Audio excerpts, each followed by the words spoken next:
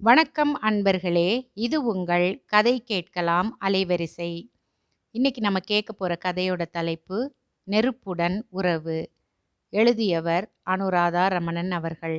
வாங்க கதை கேட்கலாம். லக்கேஜ் ரொம்ப குறைச்சலா இருக்கு போல இருக்கே! சீதா கணவனை ஏறிட்டு பார்க்கிறாள். அந்த முகத்தில் ததும்பிய குறும்பு அவளை கேலி செய்கிறது. உங்களுக்கு என்ன சொல்லிடுவீங்க.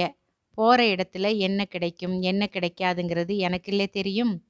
திடுதிப்புன்னு 4, 5 பேரை அழைச்சிட்டு வந்துட்டு காப்பி கொண்டான்னு சொல்லிடுவீங்க.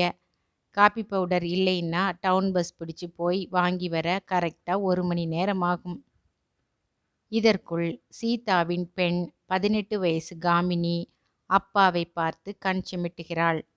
அப்பா, மற்ற ஊருங்களை பத்தி நீங்க என்ன சொன்னாலும் அம்மா கேட்டுக்க தயார்.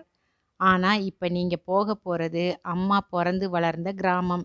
அங்கே என்ன கிடைக்கும், என்ன கிடைக்காதுங்கிறது அம்மாவுக்குத்தான் தெரியும். இல்லேம்மா? 15 வருஷத்துல ஒரு கிராமத்துல காப்பி பொடி, இன்ஸ்டன்ட் பவுடர் கிடைக்கக்கூடிய ஒரு கடை கூடவா வந்திருக்காது?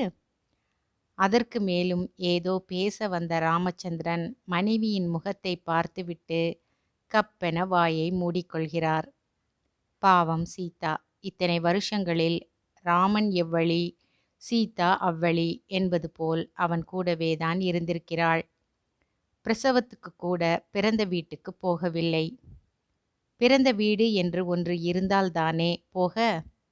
சீதா அவன் மணந்து வந்தபோது அவளுக்கு 20 வயது. பட்டப்படிப்பு 2வது வருடம் படித்து கொண்டிருந்தாள். அவனுக்கு 24 வயது. அம்மா அப்பா கிடையாது. தாய் மாமன் தான் வளர்க்கிறார். ஆஸ்தி கொஞ்சம் இருக்கு. அம்மாவோட நகை ஒரு 30 பவுன் தேரும். கிராமத்துல ஒரு வீடு இருக்காம். அதை வித்து கல்யாணத்தை முடிச்சிடுறதா மாமாக்காரர் சொல்கிறார். நீ என்ன சொல்றே? ராமச்சந்திரனின் தந்தை இப்படி கேட்டபோது அவன் ஒரே ஒரு வார்த்தை தான் சொன்னான். அப்பா, எனக்கு பொண்ணுக்கு எவ்வளவு நகை போடறா, கருப்பா சிகப்பாங்கிறது எல்லாம் முக்கியமில்லை. பொண்ணு ஒரு டிகிரியாவது வாங்கி இருக்கணும்.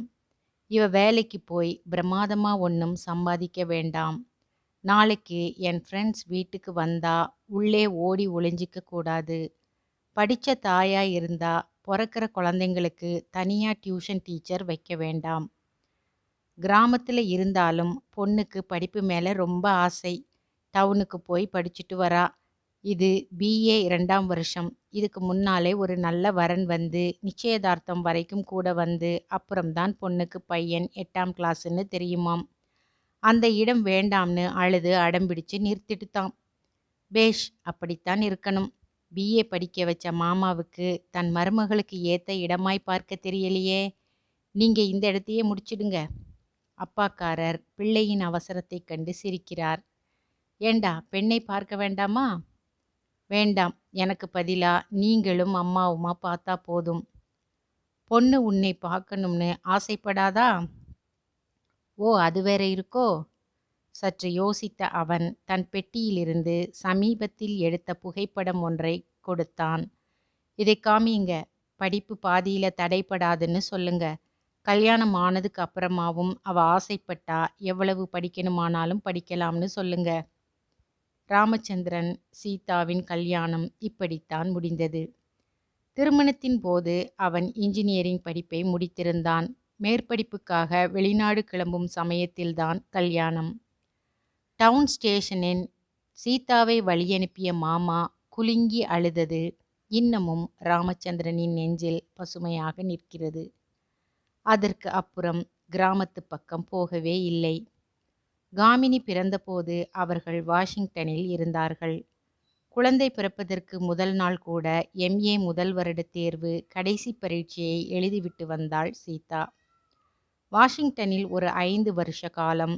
நடுவே ஒரேயொரு கருப்பு மசி தடவிய இந்தியாவிலிருந்து வந்த துக்க செய்தி. மாமா இறந்த 3ஆம் நாள் எழுதிய கடிதம் இங்கே வந்து சேரும்போது மாமா 13 நாள் சடங்குகளை முடித்து கொண்டு மேல் உலகத்தில் உள்ள தன் பித்ருக்களிடம் போய் சேர்ந்து விட்டார். சீதா அழுது கொண்டே இடது கையால் சிவந்த மூக்கை இன்னமும் அதிகமாய் தேய்க்க சிவக்க வைத்து கொண்டே மாமிக்கு கடிதம் எழுதி போட்டாள். செலவுக்கு பணம் அனுப்பினாள். இந்தியாவுக்கு போனதும் முதல்ல மாமியை போய் பார்க்கணும். பாவம், அவளுக்கு குழந்தைகள் கூட இல்லே. என்னைத்தான் பெத்த பொண்ணா நினைச்சு வளர்த்தா. மாமியை பார்த்துட்டு தான் மத்ததெல்லாம். அவள் இப்படி புலம்பிக் கொண்டிருந்தது மாமியின் காதில் விழுந்திருக்க நியாயமில்லை. அவள் அவசரம் அவளுக்கு. மாமா இறந்த 2ஆம் வருஷமே அவளும் கணவனை தேடி கிளம்பிவிட்டாள். அப்பொழுதெல்லாம் சீதா தன் துக்கத்தை தானே தான் சுமந்திருக்கிறாள். ராமச்சந்திரனுக்கு அவளை கவனிக்கவே நேரம் இருக்காது. வெளிநாடுகளில் சம்பாதித்து கொண்டே படித்தால் ஏதோ ஓரளவுக்கு குப்பை கொட்ட முடிந்தது. சீதா கூட அங்கிருந்த வரையில் தன் குழந்தைகளுடன் அக்கம்பக்கத்து குழந்தைகளையும் பெற்றவர்கள் ஆபீஸிலிருந்து திரும்பும் வரையில் பராமரிக்கும் பேபி சிட்டர் என்கிற வேலையை பார்த்து சம்பாதித்தாள். 5 வருஷம்தான் இந்த அல்லாடல். 6வது வருஷ ஆரம்பத்தில் ஜம் என்று தில்லி வந்து இறங்கியாகிவிட்டது.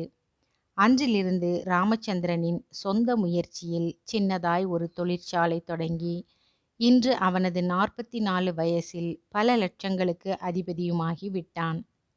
சென்னையில் இப்போது வாசம். 40 வயசுக்கும் சீதா சின்ன பெண் போல சிக்கென்றுதான் இருந்தாள். காமினி கல்லூரியில் 2ஆம் வருஷம். அடுத்தவன் சேகர் +1 படிக்கும்போது 15 வயசு பையன்.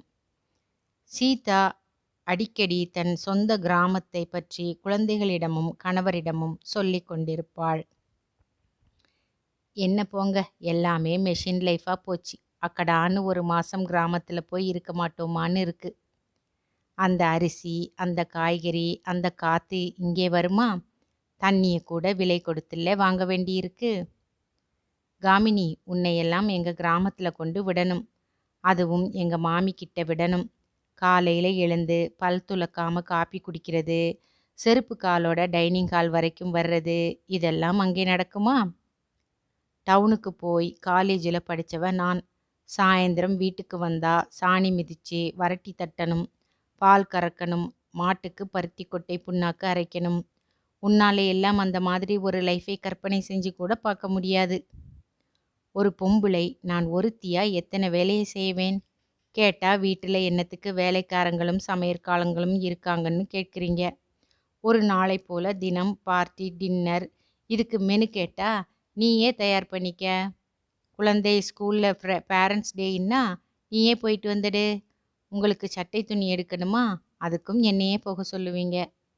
ராமச்சந்திரன் அமைதியாய் சிரிப்பான். சிரிக்காதீங்க, உங்கள் மனுஷங்க வீட்டு கல்யாணங்களுக்கும் உங்களுக்கு பதிலாக நானே போய் பரிசு கொடுத்துட்டு வரேன். உங்களோட பிஸ்னஸ் பேப்பர்ஸை வேற வீட்டுக்கு எடுத்துட்டு வந்து என்னை டைப் அடிக்க சொல்கிறீங்க. அதெல்லாம் பர்சனல் மேட்டர்ஸ் சீதா. பர்சனல் மேட்டர்ஸை கவனிக்காத பர்சனல் அசிஸ்டன்ட்ஸ் 3 பேரை எதுக்காக வேலையில் வச்சிருக்கீங்க? இது பர்சனலுக்கும் பர்சனல், ரகசியத்திலேயும் பரம ரகசியம். அதுக்கு பெண்டாட்டிங்கிற பர்சனல் அசிஸ்டண்ட்டை விட வேற யாரும் கிட்ட நெருங்க முடியாது. இப்படி ஏதாவது சொல்லும்போது மாத்திரம் சீதா அடங்கி போய் விடுவாள். கணவனுக்கும் குழந்தைகளுக்கும் செய்யாமல் வேறு எதற்காக இருக்கிறோம்? இந்த நினைப்பு அவளது அலைபாயும் நெஞ்சை பலமாக எச்சரித்தாலும் உள்ளூர ஒரு சில குறைகள் இல்லாமல் இல்லை. ரொம்ப நாளாக உங்களுக்கு முதுகு பிடிப்பு இருக்கே, அதுவாவது ஞாபகம் இருக்கா? அதெப்படி மறக்கும்? அதான் என்னை இறுக பிடிச்சிருக்கே. அந்த முதுகு பிடிப்பு சரியாகணும்னு நான் ஏழுமலையானுக்கு நேர்ந்துட்டுருக்கேன். சனிக்கிழமை ஒரு பொழுது தான் ஆகாரம், ராத்திரி பச்சை தண்ணி தான். வெங்காயம், பூண்டு, முட்டை, சிக்கன் பேசப்படாது. சீதா சீதா, இன்னைக்கு ஒரு நாளைக்கு இந்த ஒரு சனிக்கிழமை மட்டும் விரதத்தை தள்ளி வச்சுக்கோயேன். அதெல்லாம் சாமியை ஏமாத்துறாப்புல. சீதா, நீ எந்த வருஷத்தில் இருக்க? வாஷிங்டனில் என்னென்னமோ வாயில் நுழையாத பட்டமெல்லாம் வாங்கி உலகம் முழுக்க என் கூட சுற்றிட்டு வந்திருக்க. இன்னைக்கு நம்பர் 1 பணக்காரன்னு மெட்ராஸில் சொல்கிற அளவுக்கு வசதியுள்ளவனோட ஒய்ஃப், பெட்டர் ஹாஃப். இப்படி விரதம் நேர்த்தின்னு டிஆர் ராஜகுமாரி, அஞ்சலி தேவி காலத்தில் இருக்கலாமா? இதெல்லாம் சொன்னால் உங்களுக்கு புரியாது. பார்ட்டியும் கான்ஃபரன்ஸும் எப்படி நம்ம வசதியாக வாழறதுக்கு முக்கியமோ அது மாதிரி விரதமும் நேர்த்தியும் நம்ம மனசை சுத்தமாக வச்சுக்கிறதுக்கு உதவுற விஷயம். பொம்பளைங்களுக்கு 40 வயசுங்கிறது ஒரு டேர்னிங் பாயிண்ட்டுன்னு தெரியாமலா சொல்லி வச்சாங்க? என்னதான் சீதா கரடியாக கத்தினாலும் அவளால் தனக்கென்று 5 நிமிஷம் கூட ஒதுக்க முடிந்ததில்லை. புருஷன்காரனின் முதுகு வலிக்காக இவள் இத்தனை கவலைப்படுகிறாளே, அவளுக்கு 103 டிகிரி காய்ச்சலாகவே இருக்கட்டும். டாக்டருக்கு ஃபோன் பண்ணு, காரை அனுப்பு. இப்படி வீட்டில் இருக்கிறவர்களை எல்லாம் ஏவிவிட்டு சீதாவின் தலையை கோதியபடி சொல்லுவான். டியர், டாக்டர் கிட்ட உடம்புல என்ன உபாதையோ சொல்லு, எதையும் மறந்துடாதே. இதோ 5 நிமிஷம், ஃபேக்டரி வரைக்கும் போயிட்டு உடனே வந்துடுறேன். இப்படி சொல்லிவிட்டுத்தான் கிளம்பி போவான். அவ்வளவுதான், அத்தோடு அது மறந்தே விடும். இரவு 12 மணிக்கு அவன் வீடு திரும்பும்போதுதான் இது விஷயமே ஞாபகத்துக்கு வரும். அறக்க பறக்க ஓடி வருவான். சீதா, சீதா, காமினி, அம்மாவுக்கு எப்படி இருக்கு? அவன் 4 கால் பாய்ச்சலில் அவள் அறைக்கு ஓடுவான். கட்டில் காலியாக கிடக்கும். அம்மா எங்கே? அவன் காமினியை கேட்க அவள் டைனிங் ஹாலை சுட்டி காட்டுவாள். வழக்கம் போல உங்களுக்காக டைனிங் ஹாலில் காத்துக்கிட்டு இருக்கா. சச்ச, என்ன பிடிவாதம் இது? காலம்பர 103 ஜூரம் இருந்தது. காமினி வாயை புத்தி சிரிப்பை அடக்க மாட்டாதபடி சொல்லுவாள். அதெல்லாம் கூட நினைவிருக்கா டாடி உங்களுக்கு? ராமச்சந்திரன் தடுமாறி போவான். என்ன நீ உழக்கு மாதிரி இருந்துட்டு என்னை கேலி பண்றே? மனுஷனா பிறந்தவன் ஒவ்வொருத்தனுக்கும் மறதி சகஜம்தான். 5 நிமிஷத்துல வந்துடலாம்னு தான் போனேன். திடீர்னு யூனியன் லீடர் உங்களோட பேசணும்னு சொல்லிட்டான். அவன்கிட்ட முடியாதுன்னு சொல்ல முடியுமா? உங்க அம்மாவுக்காகவாவது நான் ஒரு புருஷன்தான், அதுவும் சாதுவான புருஷன். எனக்கு என் ஃபேக்டரியில் இருக்கிற அத்தனை பேரும் தாலி கட்டாத புருஷன்கள்தான். அவன் டைனிங் ஹாலுக்கு வரும்போது சீதா அவனுக்கான இரவு உணவை எடுத்து வைத்து கொண்டிருப்பாள். சாரி சீதா, முதல்ல சாப்பிட வாங்க. உடனே வரணும்னு தான் பார்த்தேன். அவன் வாக்கியத்தை முடிக்கும் முன்பே சமையற்காரர் எட்டி பார்ப்பார். என்ன சுப்பு? ஒன்றுமில்லைங்கம்மா. ஏதாவது வேணுமா? நான் வேணுமானா ஐயாவுக்கு போடுறேன், நீங்கள் போய் ரெஸ்ட் எடுங்களேன். ராத்திரி 8 மணியிலிருந்து வாசலுக்கும் உள்ளுக்குமா நடையா நடந்திருக்கீங்க. அடடா, இது வேற ஸ்ட்ரெயினா? எனக்கு என்ன சீதா? சுப்புக்கிட்ட சொன்னா பரிமாறிட்டு போறான். நீ போய் படு. சீதா இதற்கு பதில் எதுவும் பேச மாட்டாள். அவளுக்கு தெரியும் தன் கணவனின் சுபாவம். உண்மையில் சீதாவின் மீதோ அந்த குடும்பத்தின் மீதோ அவனுக்கு அக்கறையும் பாசமும் இல்லாமல் போகவில்லை. நிறைய உண்டு. அதை வெளிக்காட்டிக் கொள்ள நேரமில்லை. நேரம் இருந்தாலும் கூட வெளிக்காட்ட தெரியவில்லை. அதுதான் நிஜம். உடம்பும் மனசும் சோர்ந்து வரும்போது அவள் தஞ்சாவூரை அடுத்த தன் கிராமத்தை நினைத்து கொள்வாள். ஒரு தடவை போய் பார்க்கணும். இப்ப அங்கே பழைய மனுஷங்க யார் இருக்காங்களோ என்னமோ. மாமா அம்மாவுக்கு சொந்தமான வீட்டை யாருக்கு வித்தாரு அது கூட தெரியலை.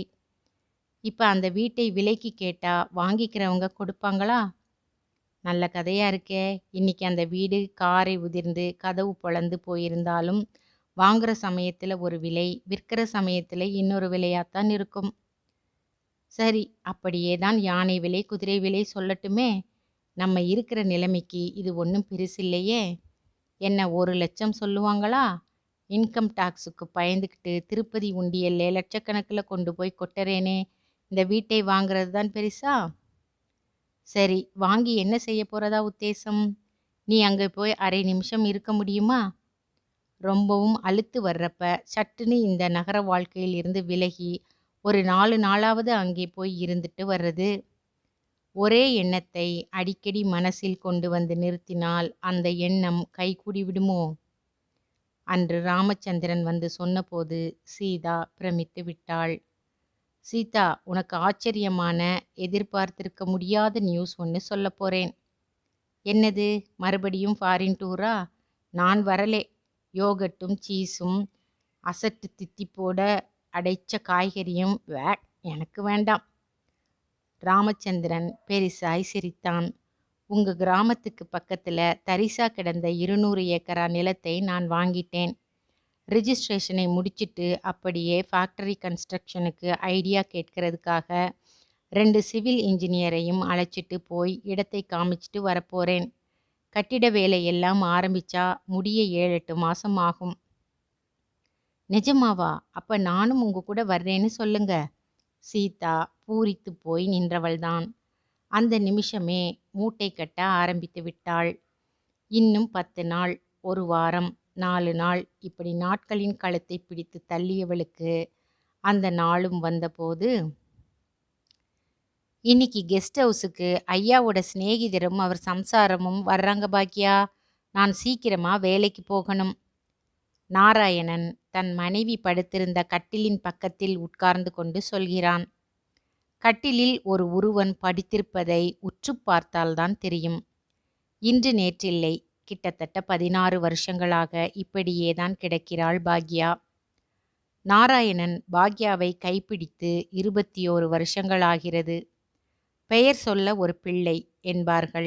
ஆனால் நாராயணின் பெயரை கெடுப்பதற்காகவே ஒரு பிள்ளை பிறந்திருக்கிறான். 20 வயசாகிறது. படிப்பு ஏறவில்லை. நாராயணனாவது 8ஆம் வகுப்பு வரையில் படித்திருக்கிறான். இவன் அது கூட இல்லை. சகவாசங்கள் சின்ன வயசிலிருந்தே சரியில்லை. இதில் நாராயணன் செய்த தப்பும் உண்டு. பாக்யா படுத்தபோது இவன் 4 வயசு குழந்தை. இனிமேல் தனக்கு வேறு குழந்தை பிறக்காது என்பது தெரிந்தவுடன் இருந்த ஒரே மகனுக்கு அதிகமாகவே செல்லம் கொடுத்தான். அப்போது நாராயணனும் வசதியாக இருந்தானே, அதை சொல்ல வேண்டும். படிப்பில்லையே தவிர நாராயணனுக்கு நிலப்புலன்கள் நிறைய இருந்தது. நெல்லும் கரும்பும் தென்னையுமாய் மாவுமாய் வீடு கொள்ளாமல் கொட்டி கிடக்கும். நாராயணனும் தனது நிலங்களை மிக திறமையாகத்தான் கவனித்து வந்தான். அவனும் பெற்றவர்களுக்கு ஒரே பிள்ளைதான். பிள்ளைகள் சரியாக இருக்கும் இடங்களில் தகப்பன்கள் ஒழுங்காக இருப்பதில்லை. தகப்பன்கள் சத்தியசீலர்களாய் இருக்கும் இடங்களில் பிள்ளைகள் சனீஸ்வரன்களாய் வந்து அவஸ்தைப்படுத்துவதும் உண்டு. நாராயணின் அப்பா முன் சொன்ன ரகத்தைச் சேர்ந்தவர். மனிதர் இத்தனை நாளும் வரட்டு பெருமை பேசி கொண்டிருந்து விட்டு இப்பொழுதுதான் 5-6 வருஷங்களுக்கு முன் மண்டையை போட்டார். எனக்கு இருக்கிற சொத்து 7 தலைமுறைக்கு வரும். டோய், என் பேரன் என்னை போல இருக்கான்னா அதில் ஆச்சரியப்பட ஒன்றுமில்லை. அந்த நாளில் 16 வயசுலேயே ரங்கமணிங்கிற தாசியை சின்ன வீடா வச்சிட்டு இருந்தவன் நான். பேரன் எதிரிலேயே இப்படி பேசுவார். நாராயணன் கண்டித்தால் எகிரி குதிப்பார். அந்த காலத்தில் உங்கள் அம்மாவே என்னை கண்டிச்சதில்லை. நீ என்னடா சொல்கிறது? போய் உன் வேலையை கவனி. பாக்கியா படுக்கையில் இருந்தாலும் ஆரம்ப காலத்தில் கொஞ்சம் பேசுகிற சக்தி இருந்தது. கணவனை ரகசியமாய் அழைத்து சொல்வாள். ஏதோ வயசாயிடுச்சு, இத்தனை வயசுக்கு மேலே நீங்கள் சொல்லியா திருந்த போறார், விட்டுடுங்க. எப்படி பாக்கியா? இவர் பாட்டுக்கு 7 தலைமுறை சொத்து சொத்துன்னு எனக்கு நினைவு தெரிஞ்ச நாளிலேருந்தே சொல்லிட்டு ஊரை சுற்றி கடன் வாங்கிட்டு திரிகிறார். போன வருஷம்தான் ஒரு தென்னந்தோப்பையும் 100 ஏக்கரா நஞ்சையையும் விற்று இவர் பட்ட கடனை அடைச்சேன். அப்போ இனிமே இப்படி நடக்காதடான்னு ஓன்னு அழுதார். இப்போ மறுபடியும் ஆரம்பிச்சிருக்கார். இப்படியே போனா இந்த தலைமுறையே சோத்துக்கு திண்டாடக்கூடிய நிலை. போதாக்குறைக்கு பாட்டனுக்கு வாரிசு நான் தாங்கிற மாதிரி இவன் வேற உருவாயிட்டு இருக்கான். தாத்தா காலத்திலேயாவது கெட்டு போகிறதுக்கு குடி, தேவடியா, சீட்டாட்டம், குதிரை பந்தயம்னு தான் இருந்தது. இப்போ என்னடான்னா கஞ்சா, ஓபியம்னு ஏகப்பட்டது வந்துடுச்சு. உன் பிள்ளைக்கு தெரியாதது ஒன்றும் இல்லை. பாக்யாவின் தலையணை நனைகிறது. இத்தனை வருஷங்களில் அவள் தலையணை உலர்ந்ததாக சரித்திரமே கிடையாது. அந்த வீட்டுக்குள் நுழைந்த போது நல்ல அழகும் திடகாத்திரமாகவும் தானே இருந்தாள் அவள். நாகராஜனுக்கு 4 வயசாக இருக்கும்போது ஒரு நாள் விடிகாலையில் எழுந்திருக்க முடியாமல் ஒரு பக்க கையும் காலும் விரைத்து கொண்டது. டாக்டருக்கு கொட்டி கொடுத்து மாளவில்லை. கிராமத்து டாக்டர்கள் அனைவரும் கைவிரித்துவிட நாராயணன் பணத்தை எடுத்துக்கொண்டு மனைவியையும் அழைத்து கொண்டு சென்னைக்கு ஓடினான். மூளையில் கட்டி இருக்கு, ஆபரேஷன் செஞ்சா ஒரு வேளை குணமாகலாம், கேரண்டி தர முடியாது, இப்படி அனைவரும் ஒரு முகமாக சொல்லிவிட மறுபடியும் கிராமத்துக்கு திரும்பிய போது நாராயணனின் தந்தை 3 சீட்டுக்கு ஒரு கை குறைகிறதே என்று பேரனை அதில் தேற்றிவிட்டிருந்தார். பள்ளிக்கூடத்தின் பக்கம் போகவே இல்லை என்பது ஆசிரியர்களின் புகார். அவனுக்கு எதுக்குடா படிப்பு? 7 தலைமுறைக்கு சொத்து இருக்கிறப்ப, கூட்டல் கழித்தல் பெருக்கல் வாய்ப்பாடு தெரிஞ்சு கையெழுத்து போட தெரிஞ்சிருந்தா போதாதா? மனைவியை பார்ப்பதா, மகனை கண்காணிப்பதா, தந்தையின் அறியாமைக்காக வருத்தப்படுவதா? தலையில் கை வைத்து கொண்டு உட்கார்ந்து விட்டான் நாராயணன். அப்பொழுது பிடித்ததுதான் தரித்திரம் இன்னமும் தொடர்கிறது. கிழவர் செத்த பிறகு அவர் வாங்கியிருந்த கடனை அடைக்க இருக்கிற நிலபுலன்கள் மட்டும் போதாமல் டவுனில் இருந்த வீட்டையும் விற்றான் நாராயணன். அம்மா காலத்திய நகைகளை மட்டும் மனைவியின் மருந்து செலவுக்காக பாங்கியில் அடமானம் வைப்பதும் 4 காசு கையில் இருக்கிற போது நகையை மீட்பதுமாக காலம் ஓடிக்கொண்டிருந்தது. போதாத வேளையிலும் ஒரு நல்ல நேரம். நாராயணனின் டவுன் வீட்டை வாங்கிய மனிதன் வீட்டைச் சுற்றியுள்ள தோட்டத்தை அழகுபடுத்தி வீட்டை தற்கால நாகரிகத்துக்கு ஏற்ப மாற்றிக் கட்டி இந்த தோட்டத்தையும் வீட்டையும் பார்த்து கொள்ள வேண்டிய பொறுப்பை அவனிடமே தந்தார். மிஸ்டர் நானா, இங்கேயே ஒரு அவுட் ஹவுஸ் வேணுமானாலும் கட்டித்தரேன். நீங்க இங்கே இருந்துடலாமே.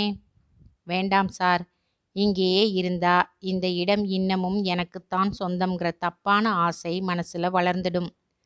மேலும் எனக்கு பையன் சரியில்லை. டவுன்லே அவனை வச்சிட்டு இருந்தா அதுவும் இந்த மாதிரி ஒரு ஆடம்பரமான பங்களா பொறுப்பையும் ஏத்துட்டு அவனையும் வச்சிட்டு இருந்தா நிறைய விபரீதங்களுக்கெல்லாம் காரணமாயிடுவேன். நான் கிராமத்தோட போய் இருக்கலாம்னு இருக்கேன். கிராமத்தில் உங்களுக்கு ஏதாவது வீடு இருக்கா? நாராயணன் சிரித்தான். ஒரு காலத்தில் கிராமத்தில் பாதி என்னை சேர்ந்தது இருந்தது. இப்போ அங்கே நிற்க நிழல் கூட இல்லை. ஆனாலும் பரவாயில்லை.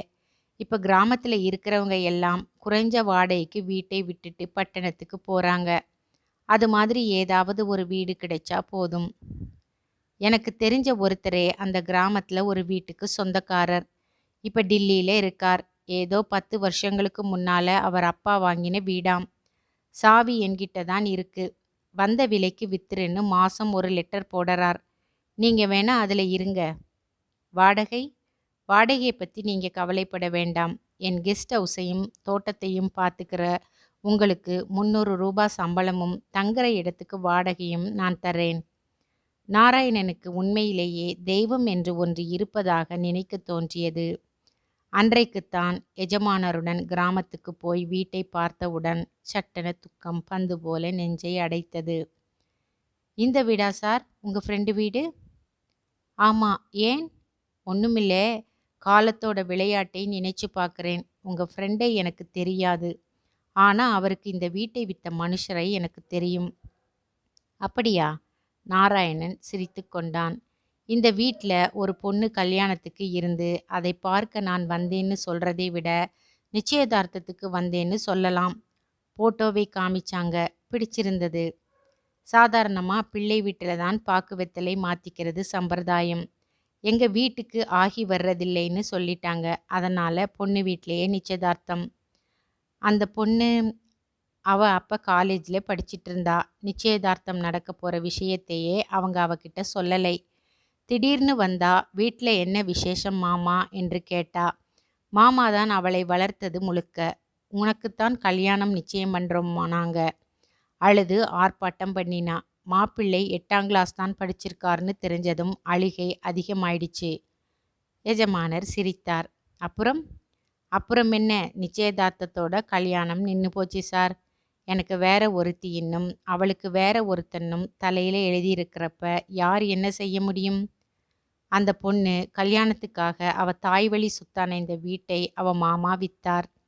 கொஞ்ச நாள்லே அவர் செத்ததும் அவர் பெண்டாட்டி பிறந்த வீட்டோட போயிட்டாங்க. இப்போ நான் மாப்பிள்ளையா வந்த வீட்டுக்கே குடித்தனக்காரனா வந்திருக்கேன். அவன் சிரித்தான். எஜமானர் அவனை பரிவுடன் தோளில் தட்டி கொடுத்தார். டவுனில் 4 பேருக்கு நடுவில் பெரிய மனுஷனாக வாழ்ந்துவிட்டு அங்கேயே கைகட்டி சேவகம் பண்ணுவதை விடவும் கிராமத்து வாழ்க்கை நாராயணனுக்கும் பாக்கியாவுக்கும் மிகவும் சௌரியமாகத்தான் இருக்கிறது. கிராமத்தில் பாதி வீடுகள் காலி. மீதி வீடுகள் வேறு யார் யார் கைக்கோ மாறியிருந்தன. ஒரு சில வீடுகளை வைக்கோற் போர் சேமித்து வைக்கும் கிடங்குகளாக மாற்றியிருந்தார்கள். அங்கொன்றும் இங்கொன்றுமாக இன்னமும் கிராமத்தை விட மனசில்லாத மனசிருந்தும் வேறு வழியில்லாத 4-5 குடும்பங்கள் இருந்தன.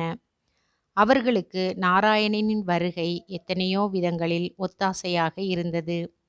அவனுமே அந்த குடும்பத்து பெண்களை நம்பித்தான் பாக்யாவை விட்டு டவுனுக்கு போய் வருவான். டவுன் என்றால் ரொம்பவும் பெரிசில்லை. ஒரு ரயில்வே ஸ்டேஷன், ஒரு வெளியூர் பஸ் ஸ்டாண்டு உண்டு.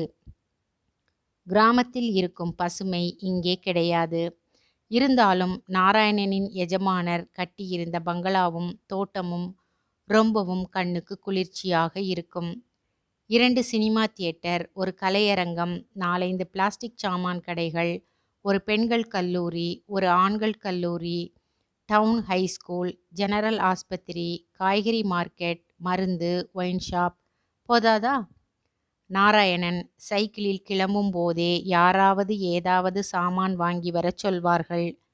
நானா வரச்சே 2 சோப்பு கட்டி வாங்கிண்டு வாயேன், என் நாட்டு பொண் ஊர்லேருந்து வந்திருக்கா, அவளுக்கு. நானா நாளைக்கு எங்க அப்பாவோட திவசம், வர்றச்சே இந்த லிஸ்ட் படி காய்கறி வாங்கிட்டு வந்துடுறியா, வாழை இலை நுனி கிழியக்கூடாது. மாமா இந்தாங்கோ காசு, எனக்கு ஒரு கொயர் நோட் புக்கு ரூல்டு 1. நானா இந்த சில்லறைகளை வேஷ்டியின் உட்புறம் பாக்கெட் வைத்து தைத்த கார்ச்சட்டையில் பத்திரப்படுத்தி கொள்வான். இல்லாவிட்டால் வீட்டிலுள்ள கழுகுக்கு மூக்கில் வியர்த்துவிடும். நாராயணன் எத்தனைக்கெத்தனை ஊரார் பணத்தில் கை வைக்கக்கூடாது என்று கணக்காக இருப்பானோ, பிள்ளை நாகராஜன் இதற்கு நேர் எதிரிடை. பணத்தை பார்த்துவிட்டால் கையும் காலும் பரபரத்து போய்விடும் அவனுக்கு. அதன் ரிஷி மூலம் நதி மூலத்தை பற்றி கவலையே இல்லை. எங்கே இருந்தாலும் யார் கொடுத்ததாக இருந்தாலும் பணம் அவனுக்காகவே ஜென்மம் எடுத்து அவனது கைப்படுவதற்காகவே ஏங்கிக் கொண்டிருப்பது போல தோன்றும். எடுத்து விடுவான். டவுனில் எல்லா வசதிகளும் இருப்பது போல் இன்னொரு முக்கியமான வசதியும் இருந்தது. அதுதான் ரகசியமாய் மால் விற்பது. விலை எக்கச்சக்கம். பையன் இப்பொழுது வெகு தூரத்துக்கு தேறியிருந்தான். அவனுக்கு பாட்டில்கள் எதுவுமே போதை ஏற்ற போதுமானதாய் இல்லை. அதெல்லாம் கார்ப்பரேஷன் தண்ணீருக்கு சமம். கஞ்சாவில் இறங்கி மார்பியா ஊசி குத்தி சுகம் கண்டு இப்பொழுது மாலில் இறங்கியிருந்தான். குந்துமணி அளவுக்கு கோந்து மாதிரி எதையோ ஒன்றை வலித்து நெருப்பில் சுட்டு சுருட்டில் வைத்து திணித்து தருவான் முதலாளி. ஒரு இழுப்பில் நேரே ஸ்வர்க்கலோகத்திலேயே விழுவதாகத் தோன்றும் நாகராஜுக்கு. இவனைப் போல கெட்டுச் சீரழிய இன்னும் 4-5 இளைஞர்களும் வருவார்கள். ரொம்பவும் இதில் ஊறிய வாலிபர்களை கண்கொண்டு பார்க்க சகிக்காது. 30 வயசுக்குள் பற்கள் எல்லாம் விழுந்து கண்கள் பள்ளத்தில் போய் எலும்பும் தோலுமாக இருப்பார்கள். எத்தனையோ தடவை போலீஸ் இந்த கடையை விரட்டி விரட்டி பிடித்தும் இது அதே டவுனில் வெவ்வேறு இடங்களில் புது புது அவதாரம் எடுத்து கொண்டேதான் இருக்கிறது. ஓரிரு முறை நாகராஜ் கையில் பணமில்லாமல் அம்மாவின் கண்ணெதிரிலேயே அவள் பார்த்து கொண்டிருக்கும் போதே எஞ்சியுள்ள பாரம்பரிய நகைகளை தூக்கிச் சென்றிருக்கிறான். நாராயணனின் அதிர்ஷ்டம் டவுனில் இருந்த வட்டி கடைக்காரர்களுக்கெல்லாம் அவனது குடும்ப நகையை தெரிந்திருந்ததுதான். எத்தனை முறை அவர்கள் அந்த நகைகளின் பேரில் நாராயணனுக்கு கடன் கொடுத்திருக்கிறார்கள். அரே நானா சாப், உன் பையன் கொண்டாந்து வச்சிட்டு 100 ரூபா கேட்டான், 50 ரூபா கொடுத்து வச்சிருக்கேன். நிம்மல் மூஞ்சிக்காக அவனை போலீஸ்லே காட்டி கொடுக்கலே. அந்த நகையோட அருமை தெரியுமா சாப் உன் பிள்ளைக்கு? இந்தா வச்சுக்கோ. நாராயணன் திகைத்து நிற்பான். சேட், இப்போ என்கிட்ட 50 ரூபா பணம் இல்லை. 1ஆம் தேதி வரை பத்திரமா வச்சுக்க. என் பிள்ளை பணத்தை கொண்டு வந்து கொடுத்து நகையை கேட்டா கூட கொடுக்காதே. நிம்பல் பையனுக்கு ரூபா எங்கே கிடைக்கும்? திருடினாத்தான் கிடைக்கும். 1ஆம் தேதி வட்டியோட கடனை கொடுத்துட்டு நகையை மீட்டுக்கிறேன் சேட்டு. நிம்பல் பற்றி நம்பளுக்கு தெரியும் நானா. இதே டவுன்லே எப்படி இருந்தே நீ? ஒரு தப்பு உண்டா? பணம் கொட்டி கிடந்தப்பவே நிம்பல் ராங் சைடு போனதில்லை. நகையை எடுத்துட்டு போ. 50 ரூபா வட்டியோட 1ஆம் தேதி கொண்டாந்து கட்டும். சேட் அவன் கையில் நகையை திணித்து அனுப்புகிறான். நாராயணன் இதுபோல நடக்கிற நாட்களிலெல்லாம் இரவு மகன் எத்தனை நேரம் கழித்து வந்தாலும் காத்திருந்து சண்டை போட்டிருக்கிறான். ஏன் கண்மண் தெரியாமல் அடித்தும் இருக்கிறான். அவன் சில நேரங்களில் அத்தனை அடிகளையும் வாங்கி கொண்டு சுருண்டு படுத்தும் இருக்கிறான். பதிலுக்கு பாத்திரம் பண்டங்களை எல்லாம் வீசி எறிந்து அவனை கண்ணா பின்னாவென கத்தியும் இருக்கிறான். டேய் அப்பனடா நீ, உன்னை பற்றி எனக்கு தெரியாதா? டவுன் வீட்ல பாஸ் அனுப்பின இங்கிலீஷ்கார ஃபேமிலியோட குடிச்சு கூத்தாடிக்கலை நீ? துரைசாணிக்கு முத்தம் கூட கொடுத்தியாமடா? உன் கதை எனக்கு தெரியாதா? பல்லை உடைப்பேன் ராஸ்கல் படவா.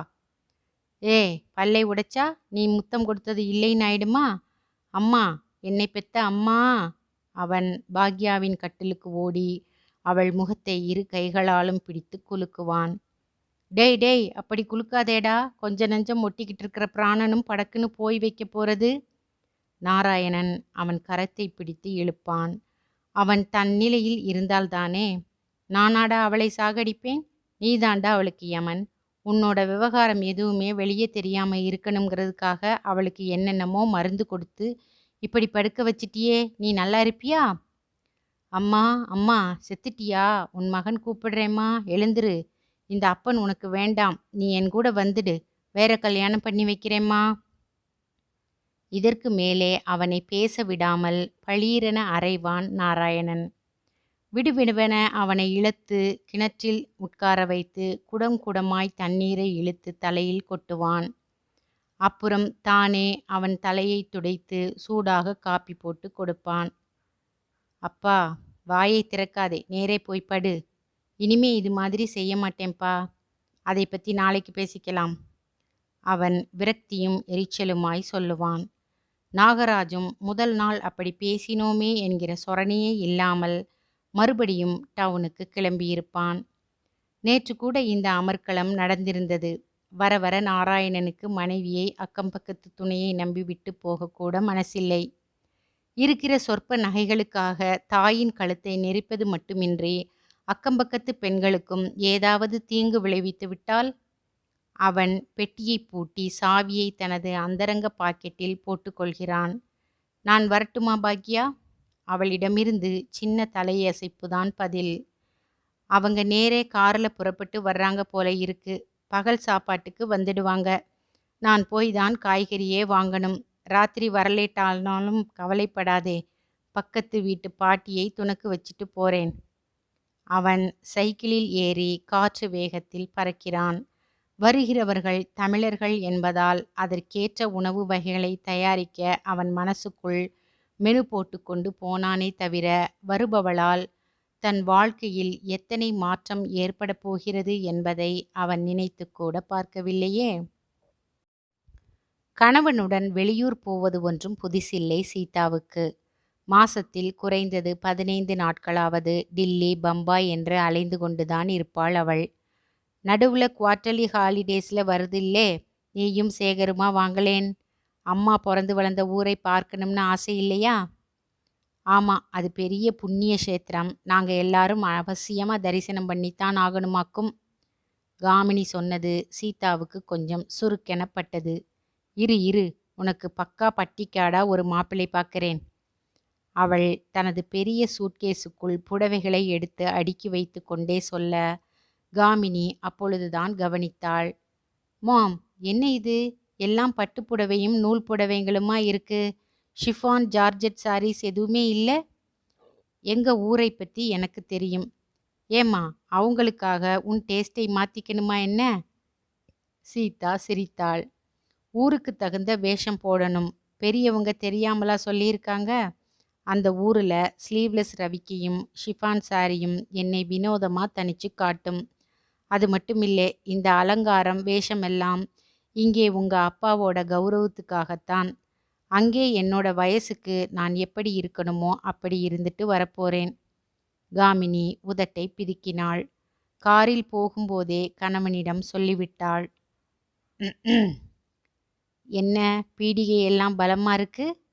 உங்களோட எந்த ஊருக்கு வந்தாலும் நான் ஃபைலை தூக்கிட்டு பின்னாலே வரும்படியாக இருக்கும். வேண்டாம், நீ முன்னாலே போ. இது ஒரு பிரச்சனையா? அதை சொல்லலீங்க. இந்த தடவை உங்கள் வேலைக்கு வேற ஒரு பிஏவை பார்த்துக்குங்க. ராமச்சந்திரன் போலியான கோபத்துடன் அவளை திரும்பி பார்க்கிறான். மெட்ராஸிலே இருந்து புறப்பட்டு பாதி தூரம் வந்தப்புறம் சொல்றியே, அங்கேயே சொல்லியிருந்தா நான் இதுக்கெல்லாம் ஏற்பாடு செஞ்சிருப்பேன் இல்லை? இப்பத்தான் என்ன, ஊருக்கு போனதும் ட்ரங்கால் போட்டு வரவழையுங்க. இந்த 6 மாசமும் உங்களுக்கு சமைச்சு போட்ட நேரம் போக மிச்ச நேரமெல்லாம் எங்கள் ஊரை சுற்றி வரப்போகிறேன். ஏன், சமையலுக்கு ஒரு ஆளை வரவழைச்சிடலாமே. தேவையில்லை. அந்த அளவுக்கு நான் ஒன்னும் கையாளாதவளா போயிடலை. கார் டவுனுக்குள் நுழையும் போதே சீதாவுக்கு இருக்கையில் இருப்பு கொள்ளவில்லை. அதோ அதோ பாருங்க, அதுதான் நான் படிச்ச ஸ்கூல். அது காலேஜ். அடேங்கப்பா, எவ்வளவு பெரிசா கட்டிட்டாங்க. 20 வருஷம்னா சும்மாவா? அதோ அங்கே பாருங்க, அந்த கடையில தான் நாங்க ஐஸ் ஃப்ரூட் வாங்கி சாப்பிடுவோம். ராமச்சந்திரன் சிரிக்கிறான். என்ன ஃப்ரூட்? Ice fruit. குச்சியில் கலர் கலரா ஐஸ், நுனியில் தேங்காய்ப்பூ தூவியிருப்பான். ஒரு தடவை உறிஞ்சினா கலர் எல்லாம் காணாம போயிடும். வெறும் ஐஸ் தான் நிற்கும். இப்போ வேணா அந்த கடையில் கேட்டு பார்க்கலாமா, ஐஸ் ஃப்ரூட் இருக்கான்னு? போங்க, சீதா பொய்யாய் சினுங்கினாள். அதே சமயத்தில் ஐஸ் ஃப்ரூட், நன்னாரி சர்பத் விற்ற அந்த கடை இப்பொழுது கூல் ஹில் என்கிற பெயரில் கண்ணாடி கதவிட்டு ஏர் கண்டிஷன் செய்யப்பட்டு அட்டகாசமாய் இருந்ததையும் அவள் கவனிக்க தவறவில்லை. எல்லாமே மாறித்தான் இருந்தது. சிவன் கோவில் பளிச்சென பிரதானமாய் தெரிந்தது. 4-5 பிளாஸ்டிக் கடைகள், புடவை துணிக்கடைகள், ப வடிவில் காய்கறி மார்க்கெட். இங்கே உங்கள் ஃப்ரெண்டோட கெஸ்ட் ஹவுஸ் எங்கே இருக்குன்னு யாரையாவது விசாரிங்க. விசாரிக்க தேவையே இல்லை சீதா. அதோ பார், அந்த ஆளு கையை வீசி ஆட்டி காரை நிறுத்த சொல்றாரு. சீதா ராமச்சந்திரன் காட்டிய திசையில் பார்க்கிறாள். சைக்கிளுடன் நின்றவன் அவசரமாய் மடித்து கட்டிய வேஷ்டியை சரி செய்தபடி கார் அருகில் ஓடி வருகிறான். Good morning sir. Good morning madam. Good morning. என் பேரு நாராயணன். ஹலோ, உங்களை பற்றி சர்மா நிறைய சொல்லியிருக்காரு. எப்படியும் இந்த நேரத்துக்கு வந்துடுவீங்கன்னு தெரியும். வாங்க, நான் சைக்கிளே முன்னாடி போகிறேன். இன்னும் கொஞ்சம் தூரம்தான். ராமச்சந்திரன் புன்னகித்தபடி கேட்கிறான். நாங்கள் இந்த ரூட்டில் தான் வருவோம்னு எப்படி தெரியும்? சீதா இதற்கு பளீரென பதிலளிக்கிறாள். மெட்ராஸில் இருந்து இந்த ஊருக்கு வர்றதுக்கு இது ஒரே ரோடு தானே. கிராமத்துக்கு போகணுமானா எதிர் சாரியில் பஸ்ஸுக்கு நிற்கணும். நாராயணனின் முகத்தில் படர்ந்த வியப்பை ரசித்தபடி ராமச்சந்திரன் சொல்கிறான். நான் உங்கள் ஊருக்கு புதுசு. என் ஒய்ஃப் உங்கள் ஊருக்காரிதான். வாங்க, வீட்டில் போய் பேசுவோம்.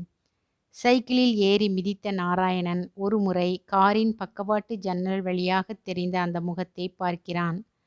தலையில் கட்டியிருந்த வண்ண கைக்குட்டையும் வெயிலுக்காக மாட்டியிருந்த கூலிங் கிளாஸும் பாதி முகத்தை மறைத்தாலும் அந்த முகத்தை எப்போதோ பார்த்த ஞாபகம் மட்டும் இருக்கிறது.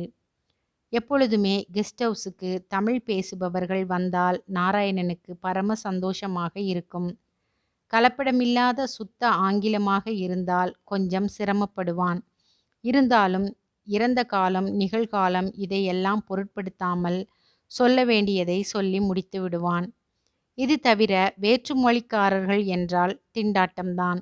எல்லாமே ஜாடையில்தான். அவர்கள் ஒன்று சொல்ல இவன் ஒன்றை கொண்டு வர ஏக அமர்க்களமாக இருக்கும். இன்று இவனது சந்தோஷத்தில் இன்னும் ஒரு இனம் புரியாத குறுகுறுப்பும் சேர்ந்து கொண்டது. அந்த அம்மா நம்ம ஊர்க்காரங்களாமே. யாராயிருக்கும்? ஒருவேளை பட்டாமணியம் பொண்ணு மனோகரியா, மனோரஞ்சிதமா, அந்த பொண்ணா இருக்குமோ? அட, இது இத்தனை சிவப்பா இருக்காதே. மாநிறமாயிலே இருக்கும். மூக்கு வேற கொழுக்கட்டை மூக்கை கிள்ளி வச்சாப்புல இருக்கும். ஒரு கால் பெரிய இடத்துல வாழ்க்கைப்பட்டு சீமைக்கெல்லாம் போயிட்டு வந்து சிவப்பா இருக்குமோ? நிறம் வேணா சிவக்கலாம், மூக்கு கூடவா இப்படி இத்தனை அமைப்பா மாறிப்போகும்? இவங்களை நான் எங்கேயோ பார்த்திருக்கேன். எளவு இந்த வயசுக்குள்ள இத்தனை மறதி வேணாம். அவன் விருந்தினர் பங்களாவின் கேட்டை விரிய திறந்து சல்யூட் அடிக்கிறான். இந்த பங்களாவோட வாட்ச்மேனும் நீங்க தானா மிஸ்டர் நாராயணன்? ராமச்சந்திரனின் இந்த கேள்விக்கு அவன் கொஞ்சம் வெட்கப்பட்டு கொண்டே சொல்கிறான். சார், எனக்கு மிஸ்டர் போட்டு சங்கடப்படுத்தாதீங்க.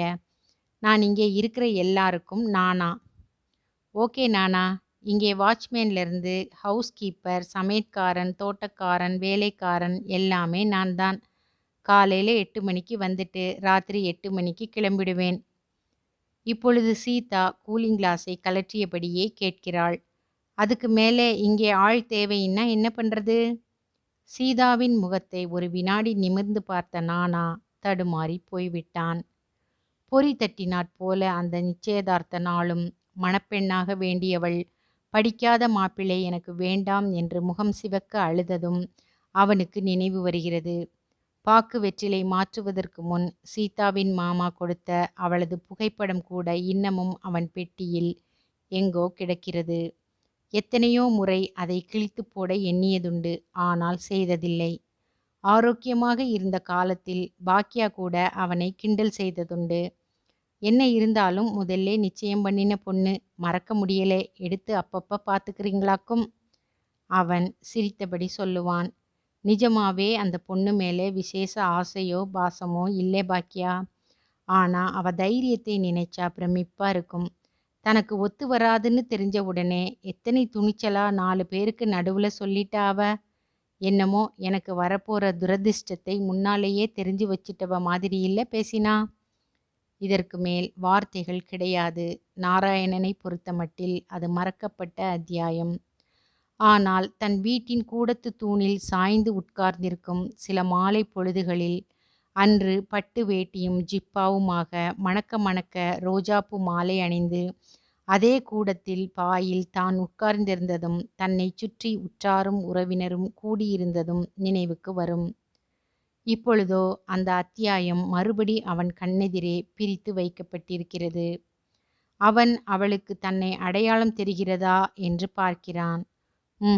அவள் தனது பொருட்களை வண்டியிலிருந்து இறக்கி வைப்பதிலேயே முனைப்பாக இருக்கிறாள். இங்கே கொடுங்க, நான் எதுக்காக இருக்கேன்? நாராயணன் ஒரு இமைப்பொழுதில் தன்னை சமாளித்து கொள்கிறான். சீதா தன் கணவனுடன் அந்த பங்களாவினுள் அடியெடுத்து வைக்கும்போது அவனையும் மீறி வார்த்தைகள் வெளிவருகின்றன.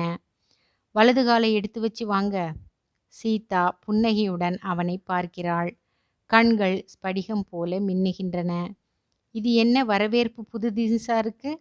அவன் சிரிக்கிறான். ஆமா, ரொம்ப வருஷங்களுக்கு அப்புறமா இந்த ஊருக்கு, அதாவது உங்க சொந்த ஊருக்கு வந்திருக்கீங்க. இங்கேயே நிறைய நிலம் வாங்கியிருக்கீங்களாம். ஃபேக்டரி கட்ட வலது காலை உள்ளே எடுத்து வச்சு வந்தா எல்லாத்துக்கும் நல்லது தானே? ராமச்சந்திரன் அங்கிருந்த சோபாவில் உட்காருகிறான். நாராயணன் மின் விசிறியை சுழல விடுகிறான்.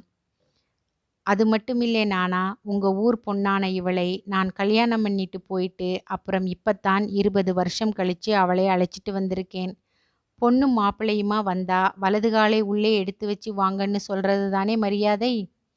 சீதா கணவனின் அருகில் அமர்ந்து அவனது கோட்டை கழற்ற உதவினாள். போருமே, பெரிய சம்பிரதாயம் தெரிஞ்ச மனுஷர்தான்.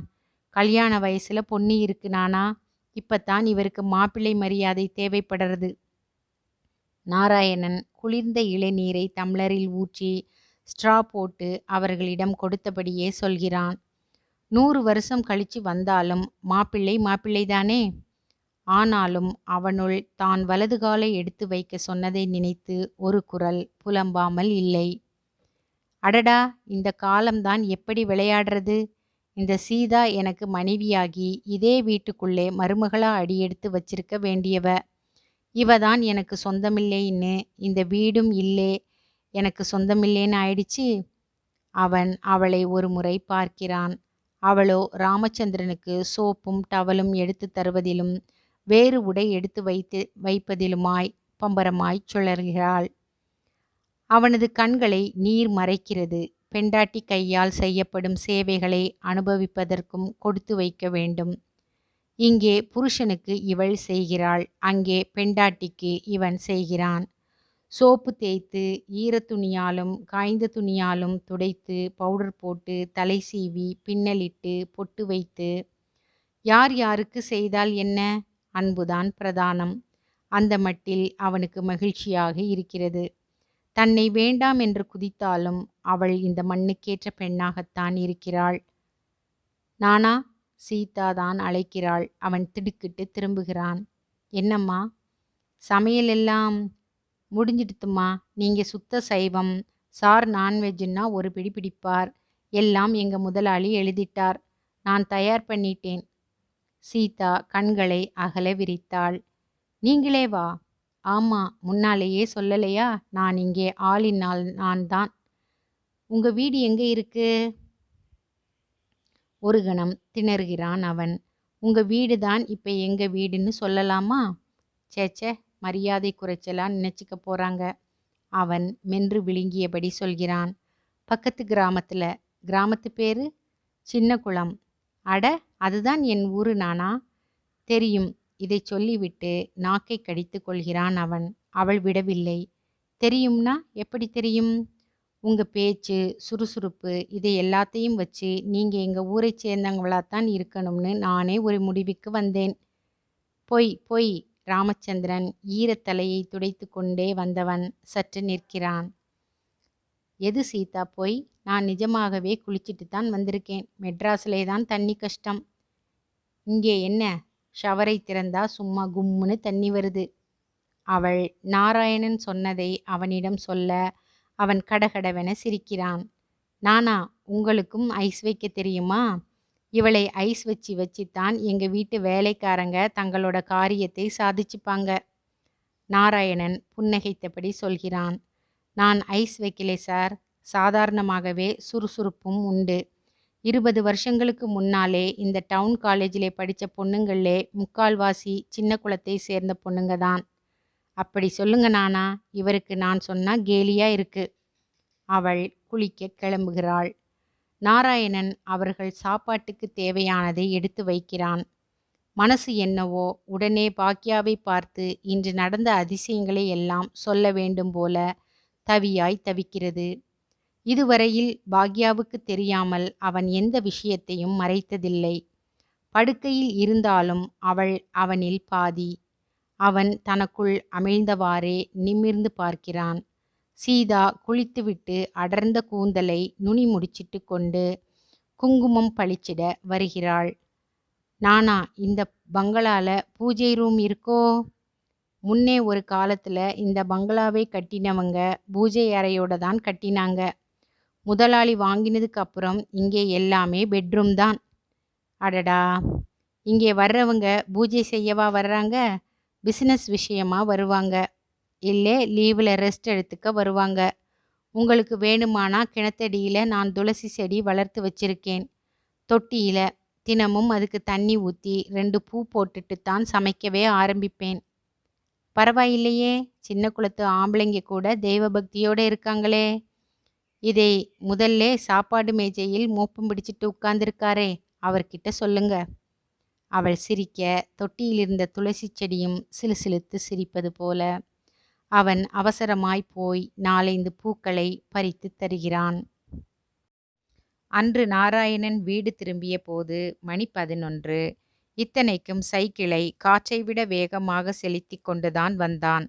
பாக்யா பாவம், கவலைப்பட்டாலும் எழுந்து வந்து வாசலுக்கும் உள்ளுக்குமாய் நடைபோட முடியாது.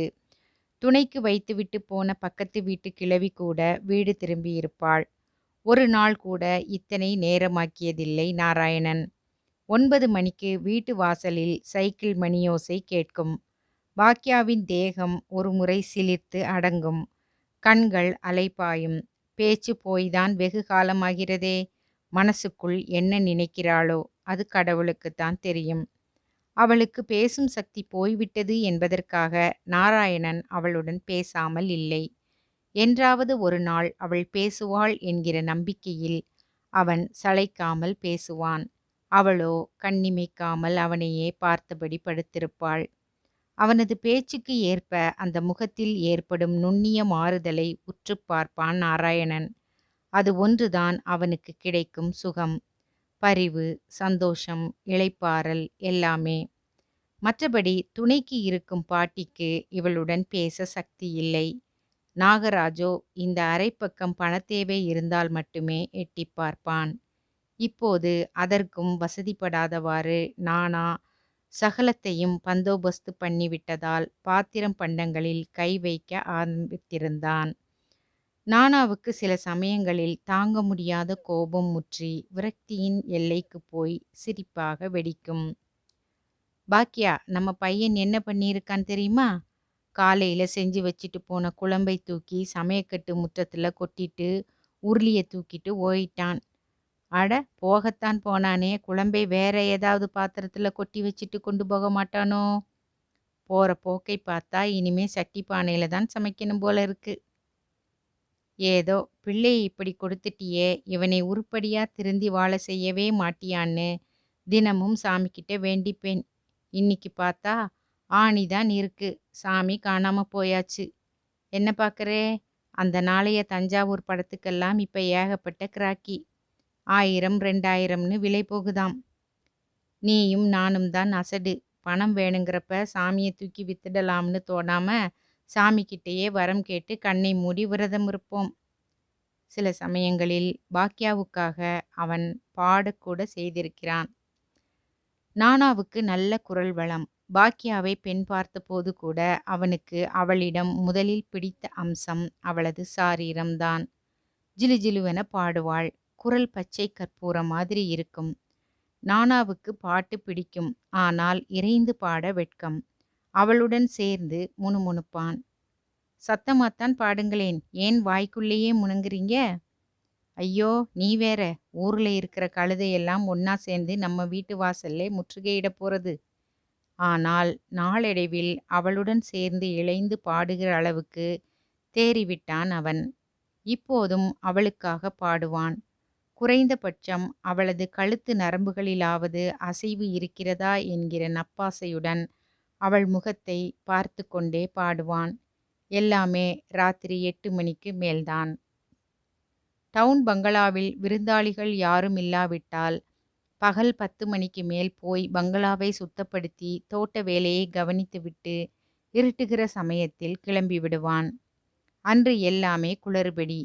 பகல் சாப்பாட்டுக்கு பிறகு சின்னதாய் தூங்கி எழுந்த ராமச்சந்திரன் நிலத்தை பார்வையிட வேண்டும் என்று கிளம்பிவிட சீதா மட்டும் தனியாக வீட்டில். நாராயணன் மாலை 6 மணிக்கே இரவு சமையலை தொடங்கிவிட்டான். இருட்டத் தொடங்கியதும் சீதாவின் முகத்தில் கவலை படரத் தொடங்கிவிட்டது. நானா? என்னம்மா? இவர் எங்கே போனார்னே தெரியலையே. ஃபேக்டரிக்கான நிலத்தை தாசில்தாரோட போய் பார்த்துட்டு வர்றேன்னு சொன்னார். நிலம் எங்கே இருக்கு? நம்ம சின்ன குளத்துக்கு பக்கம்தாங்க. அந்த பக்கம் ஏதாவது வீடு கடை இருக்கா? ஃபோன் பண்ணி விசாரிக்க முடியுமா? நாராயணன் சிரித்தான். என்னம்மா, நம்ம ஊரை பற்றி நல்லா தெரிஞ்சவங்க நீங்களே இப்படி கேட்குறீங்க? சின்ன குளத்தில் இருக்கிற 10-20 வீடுகளை தவிர வேற வீடே கிடையாது. அங்கே நீங்க இருந்த காலத்துக்கும் இப்போதைய நிலைமைக்கும் கிராமத்தில் அதிக வித்தியாசம் இல்லை. ஃபோனுக்கு எங்கே போகிறது? கடைசியில் ராமச்சந்திரன் வரும்போது இரவு மணி 10. நானாவினால் சீதாவை தனியே விட்டு போகவும் முடியவில்லை. கூட வீட்டில் தனியாக இருக்கிறதுக்கு எனக்கு பயமில்லை. அவருக்கு இடமும் தெரியாது, ஒன்றும் தெரியாது. ஏதாவது ஆகி வச்சதுன்னா? சேச்சே, அப்படியெல்லாம் எதுவும் நடக்காதுங்க, கவலைப்படாதீங்க. கடைசியில் தெருமுனையில் கார் ஹாரன் சத்தம் கேட்டவுடன் தான் சீதாவின் முகத்தில் சிரிப்பே வந்தது. வந்துட்டார் நானா? வந்தாச்சு. அவள் சின்ன குழந்தை போல கைத்தட்டி ஆர்ப்பரித்தாள். நாராயணன் போர்ட்டிகோவில் வந்து நின்ற காரின் முன் கதவை ஓடிப்போய் திறந்தான். அப்போது ஒரு வினாடி பொழுது எரிந்து அணைந்த காரின் உட்பக்க வெளிச்சத்திலேயே பின் சீட்டில் தாறுமாறாக கிடந்த உருவத்தை பார்த்து விட்டான். போதையில கார் முன்னாடி விழுந்து வச்சானா பாவி? அந்த ஒரு கணத்தில் தான் ஆடாவிட்டாலும் தன் சதை ஆடும் என்பார்களே, அதை பரிபூரணமாக உணர்ந்தான் அவன். என்ன சார் ஆச்சி பின் சீட்டில்? யார் பெத்த பிள்ளையோ தெரியல நானா. நான் நிலத்தை பார்வையிட்டுட்டு தாசில்தாரை இறக்கி விட்டுட்டு திரும்பி வந்துட்டு இருந்தேன் பாருங்க. நடுவழியில குறுக்கே விழுந்து கிடக்கிறான். குடிச்சிருக்கானா என்னன்னு தெரியலை. வண்டி கிண்டி ஏறி வச்சதுன்னா என்ன ஆறது? அக்கம் பக்கத்தில் விசாரிக்கலாம்னா?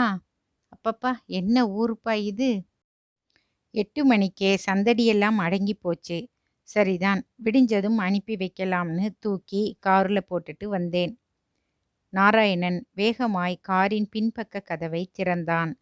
நாகராஜை தரதரவென இழுத்து வெளியே போட்டான்.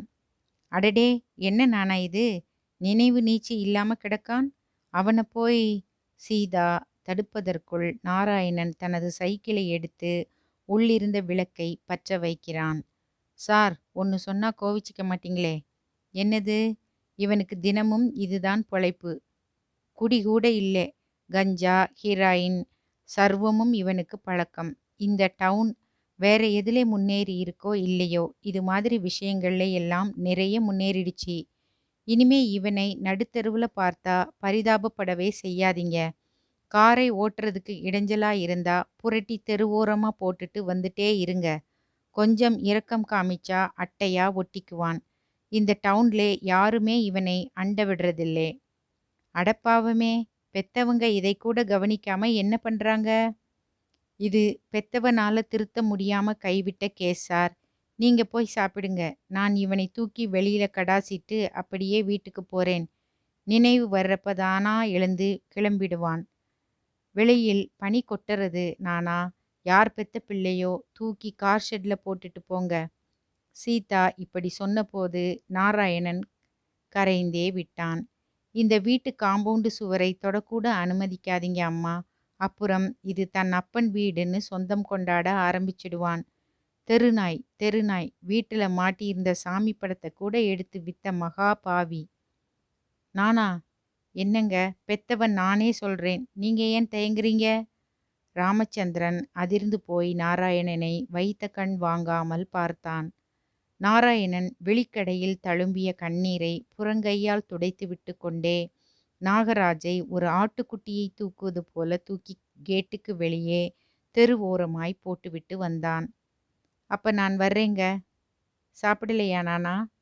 சாரி, வீட்ல என் பெண்டாட்டி நிஜமாவே எனக்காக உயிரை கையில பிடிச்சுக்கிட்டு கிடப்பா. காலையில் சீக்கிரம் வந்துடுறேம்மா, நீங்க எதுவும் செய்ய வேண்டாம். எல்லாம் நான் வந்து பார்த்துக்கிறேன்.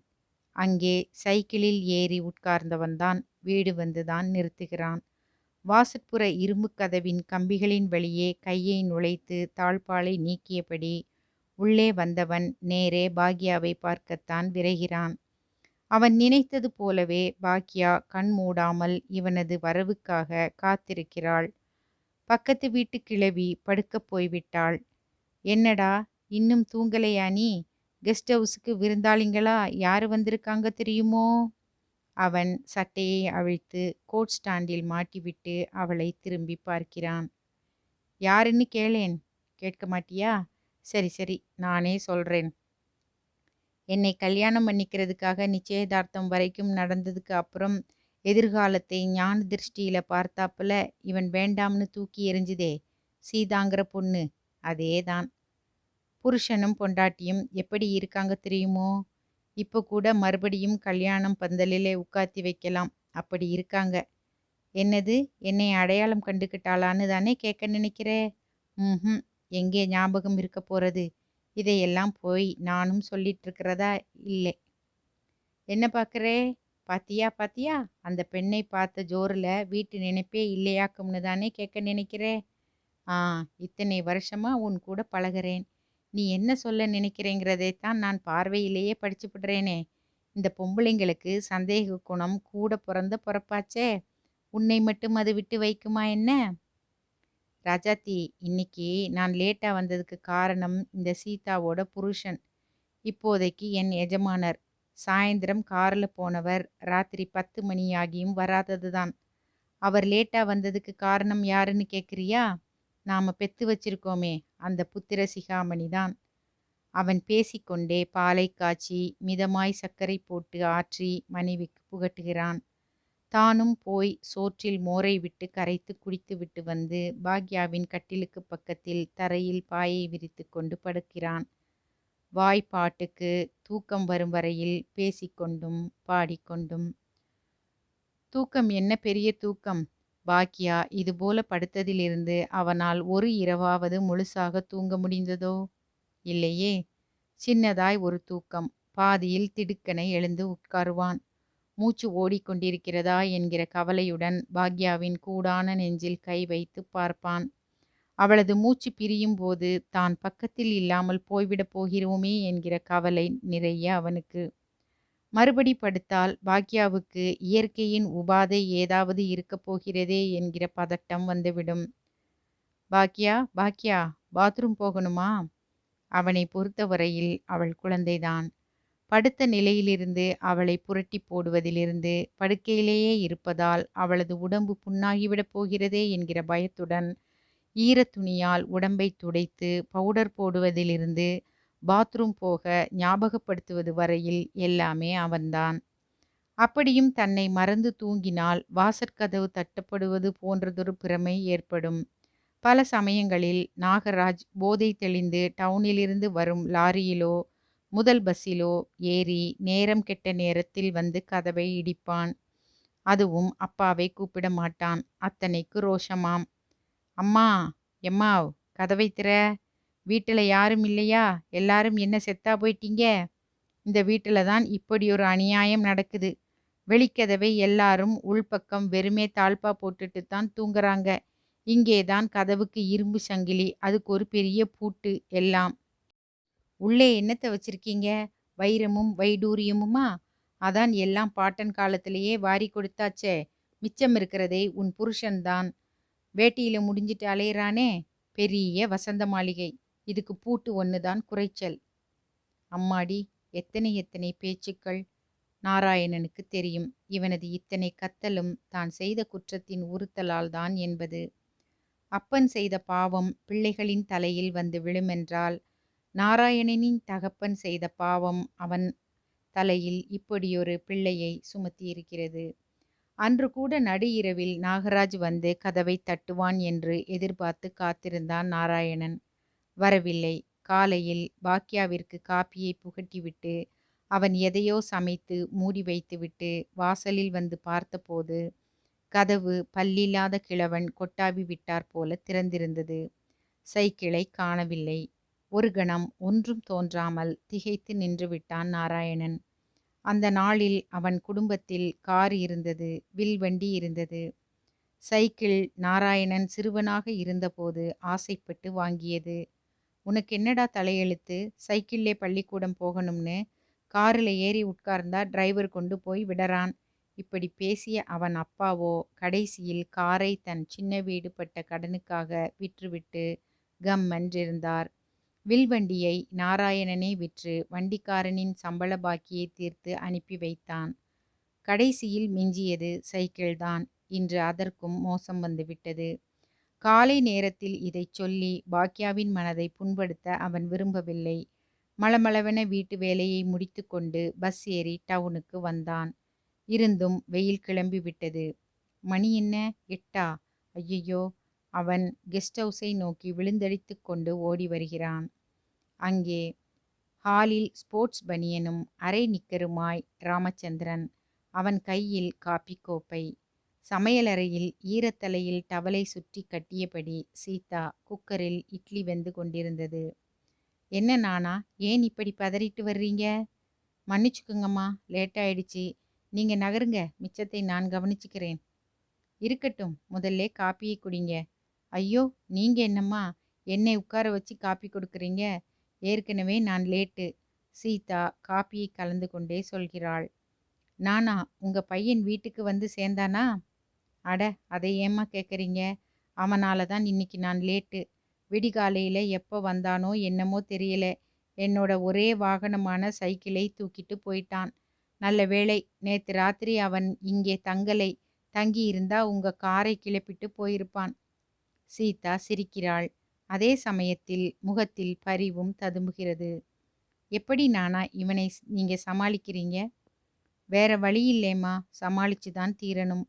ஒரே பிள்ளை, எனக்கு கொள்ளி வைக்க பிள்ளை வேணாம்.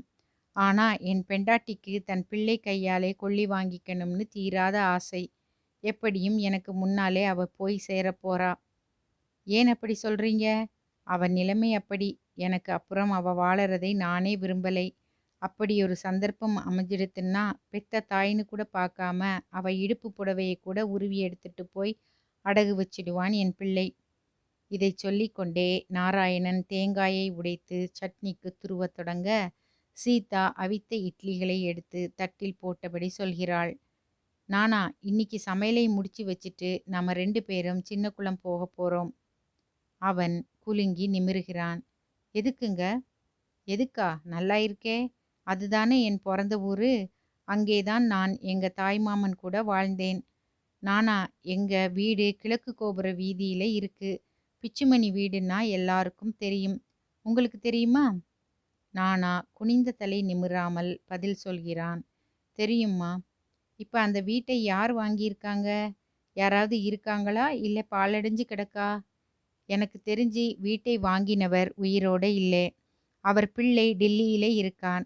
அந்த வீட்டை வாடகைக்கு விட்டிருக்காங்க. நாம போனா பார்க்க முடியுமா நானா? மீண்டும் நாராயணனுக்கு சொல்ல முடியாத அவஸ்தை. ரொம்பவும் சிரமப்பட்டு சொல்கிறான். பார்க்கலாம்மா.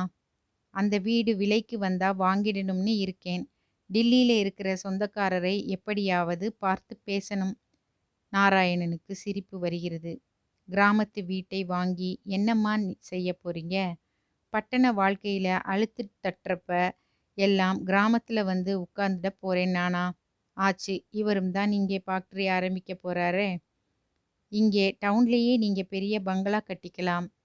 எனக்கு பங்களா வேண்டாம் நானா. சின்னதா ஓட்டு வீடு, கொல்லைப்புறத்துல ஒரு பசுமாடு கன்றுக்குட்டியோட, துளசி மாடம், வாசற்பக்கம் விளக்கு பிறையும் சிமெண்ட் பூசின சின்ன திண்ணையுமா கிராமத்து வீடு. மறுபடியும் அந்த சந்தோஷம் கிடைக்காதான்னு ஏங்குறேன் நானா.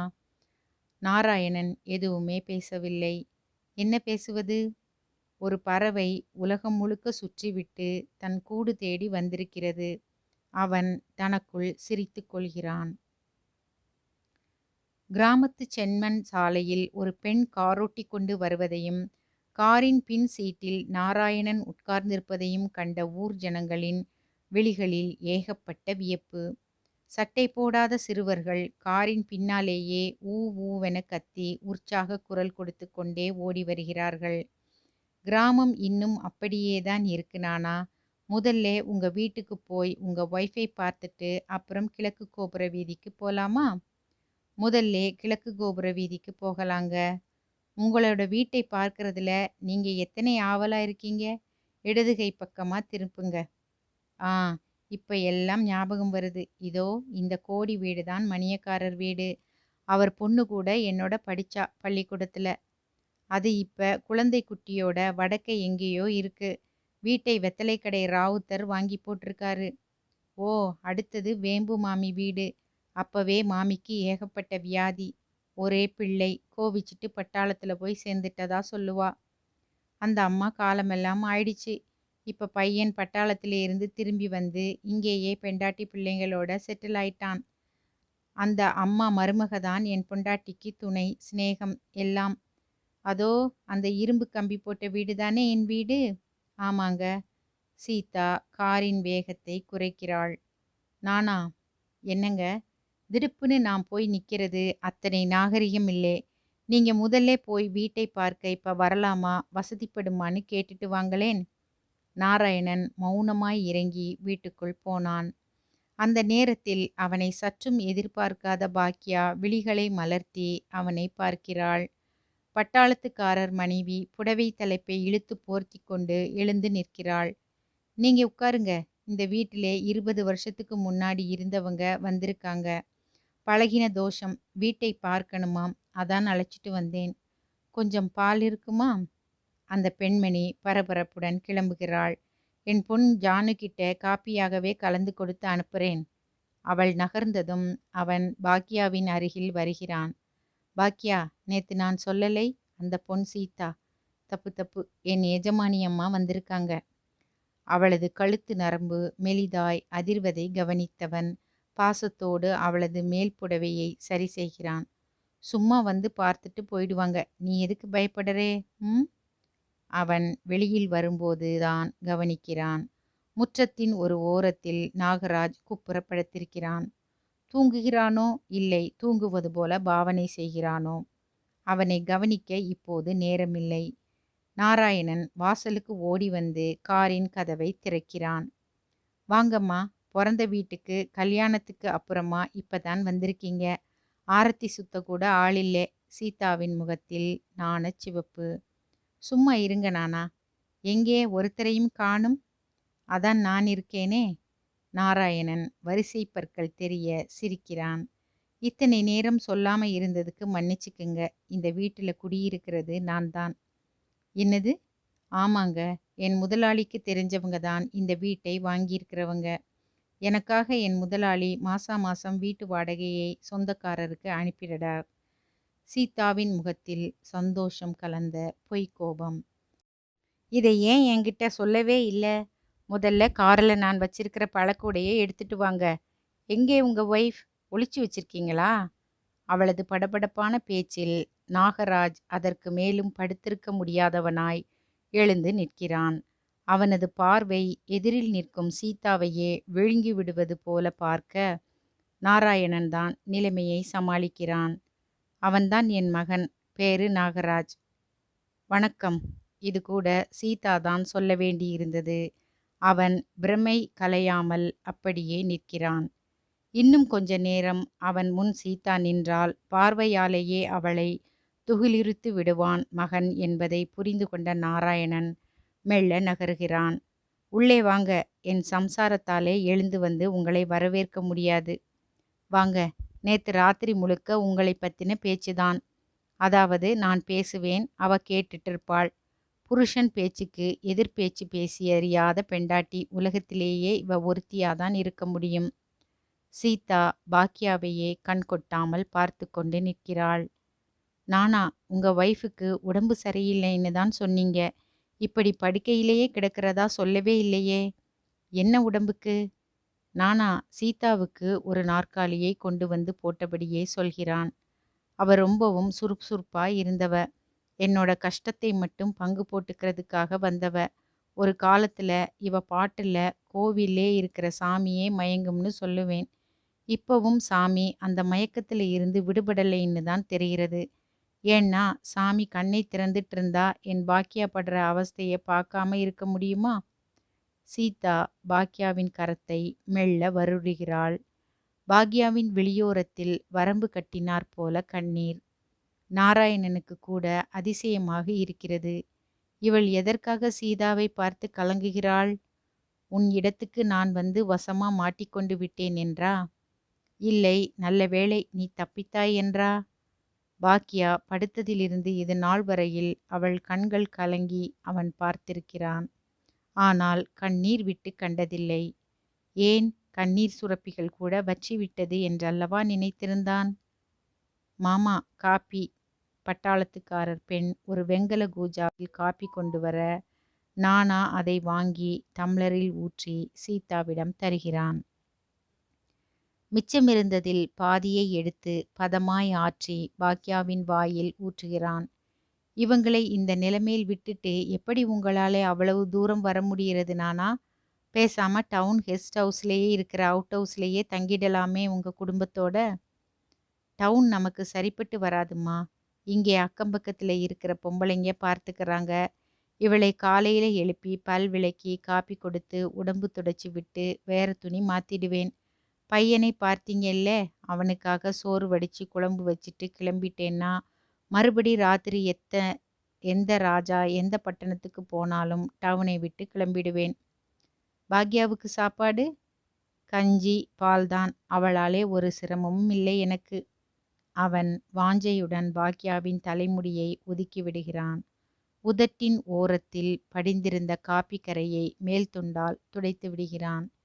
சீதா நாசுக்காய் முகத்தை வேறு பக்கம் திருப்பிக் கொள்கிறாள். பேச்சை மாற்றுவதற்காக அந்த வீட்டை பற்றி பேசுகிறாள். நான் சின்னவளா இருந்தப்ப இதுதான் என் ரூம் நானா. எங்க மாமாவுக்கு குழந்தைகள் கிடையாது. என்னை பெத்த பொண்ணு மாதிரி தான் வளர்த்தார். ஆனா நான் தான் அந்த அன்பை புரிஞ்சிக்காம அவரை எதிர்த்து பேசி அவர் மனசை புண்படுத்தி இருக்கேன்.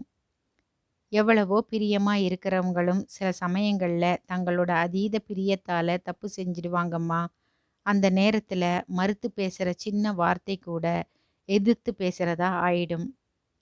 கரெக்ட் நானா, நீங்க சொல்றதுக்கு 100க்கு 100 சரி.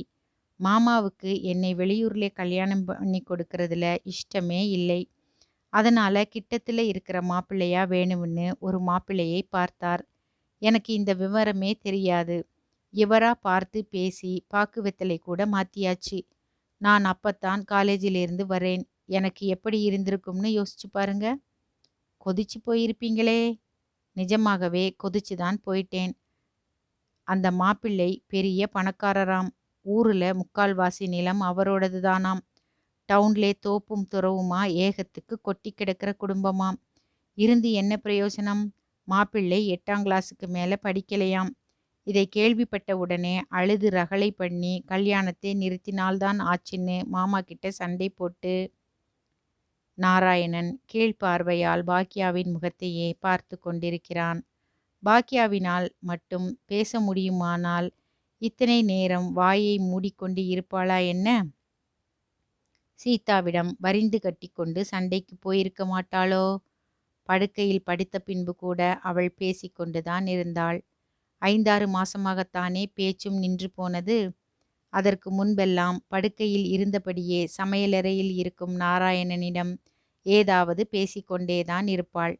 என்னங்க, அடுப்புல என்ன தீயிர வாசனை வருது? இங்கே பாருங்க, நீங்க பாட்டுக்கு சமைச்சு வச்சுட்டு போயிடுறீங்க. அவன் பாட்டுக்கு வெளியில சாப்பிட்டுட்டு வந்துடுறான். வெறுமே சாதத்தை வச்சு குழம்பை வச்சுட்டு போங்க. ஏதுடா அப்பா நமக்காக இத்தனை செஞ்சு வச்சிருக்கிற சமயத்துல நாம வெளியில திங்கிறது நியாயமான்னு கூட தோணாத பிள்ளை. என்ன பிள்ளை? நீங்க சாப்பிட்டீங்களா? பொய், சாப்பிடவே இல்லை. எங்கே கையை கொண்டாங்க, மொந்து பார்க்குறேன். சு, யாரோ பெரிய துரைங்க எல்லாம் வந்திருக்கிறதா சொல்றீங்க. கொஞ்சம் நல்ல சட்டையா போட்டுட்டு போங்களேன். நாகராஜா, எங்கே போயிட்டு வர்றே? இங்கே நான் கேட்டுக்கிட்டே இருக்கேன். அங்கே என்னடா வேடிக்கை பார்த்துக்கிட்டு இருக்கே? ஏண்டா குடிக்கிறியா? எங்கேருந்து எனக்குன்னு இப்படி ஒரு பிள்ளை வந்து பிறந்தது? உங்க அப்பாவும் எத்தனையோ துரைச்சானிங்களோட பழகியிருக்காரு. அவருக்கு இருந்த பணத்துக்கு வீட்டிலேயே பார் வச்சுக்கலாம். இன்னி வரைக்கும் அந்த நினைப்பே கிடையாதே. அவரோட மகன்னு சொல்லிக்க வெட்கமாயில்லே? அவளது இந்த பேச்சு நின்ற நாள் நாராயணனுக்கு இன்னமும் பசுமையாக நினைவில் இருக்கிறது. அன்று நாராயணன் யார் முகத்தில் விழித்தானோ, காலையில் டவுனுக்குள் நுழையும் போதே அவனது சைக்கிளின் முன் விழுந்து உயிரை விட்டு விடுபவன் போல சேட்டு, அரே நானா, நீ நல்லா இருக்கியா? ஏன், நேத்து சாயந்தரம் தானே பார்த்தீங்க, அதுக்குள்ள? சேட்டு படபடவென வாயில் அடித்து கொண்டான்.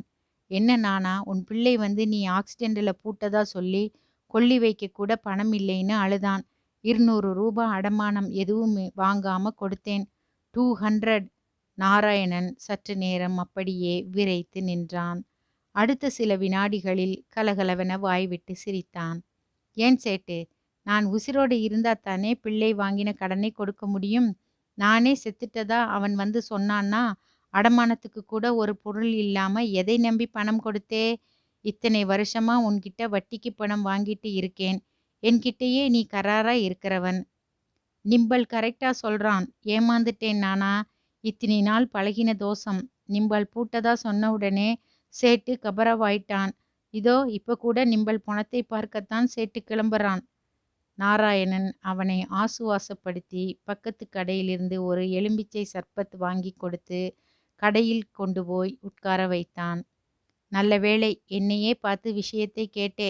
நீ பாட்டுக்கு டவுன் முழுக்க நான் பூட்டதா நியூஸை பரப்பி அத்தனை பேரையும் கூட அழைச்சிட்டு கிளம்பாம இருந்தியே.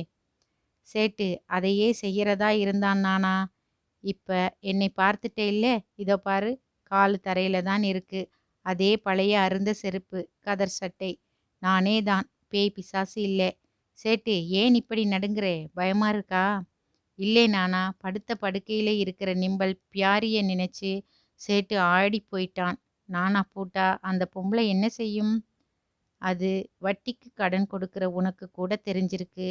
நான் பெத்த பிள்ளைக்கு தெரியலையே. சரி. நிம்பல் நிம்மதியா மூச்சு விடுறான். நம்பள் போய் பிள்ளைய விளாசறான். என்னது, 200 ரூபாயா?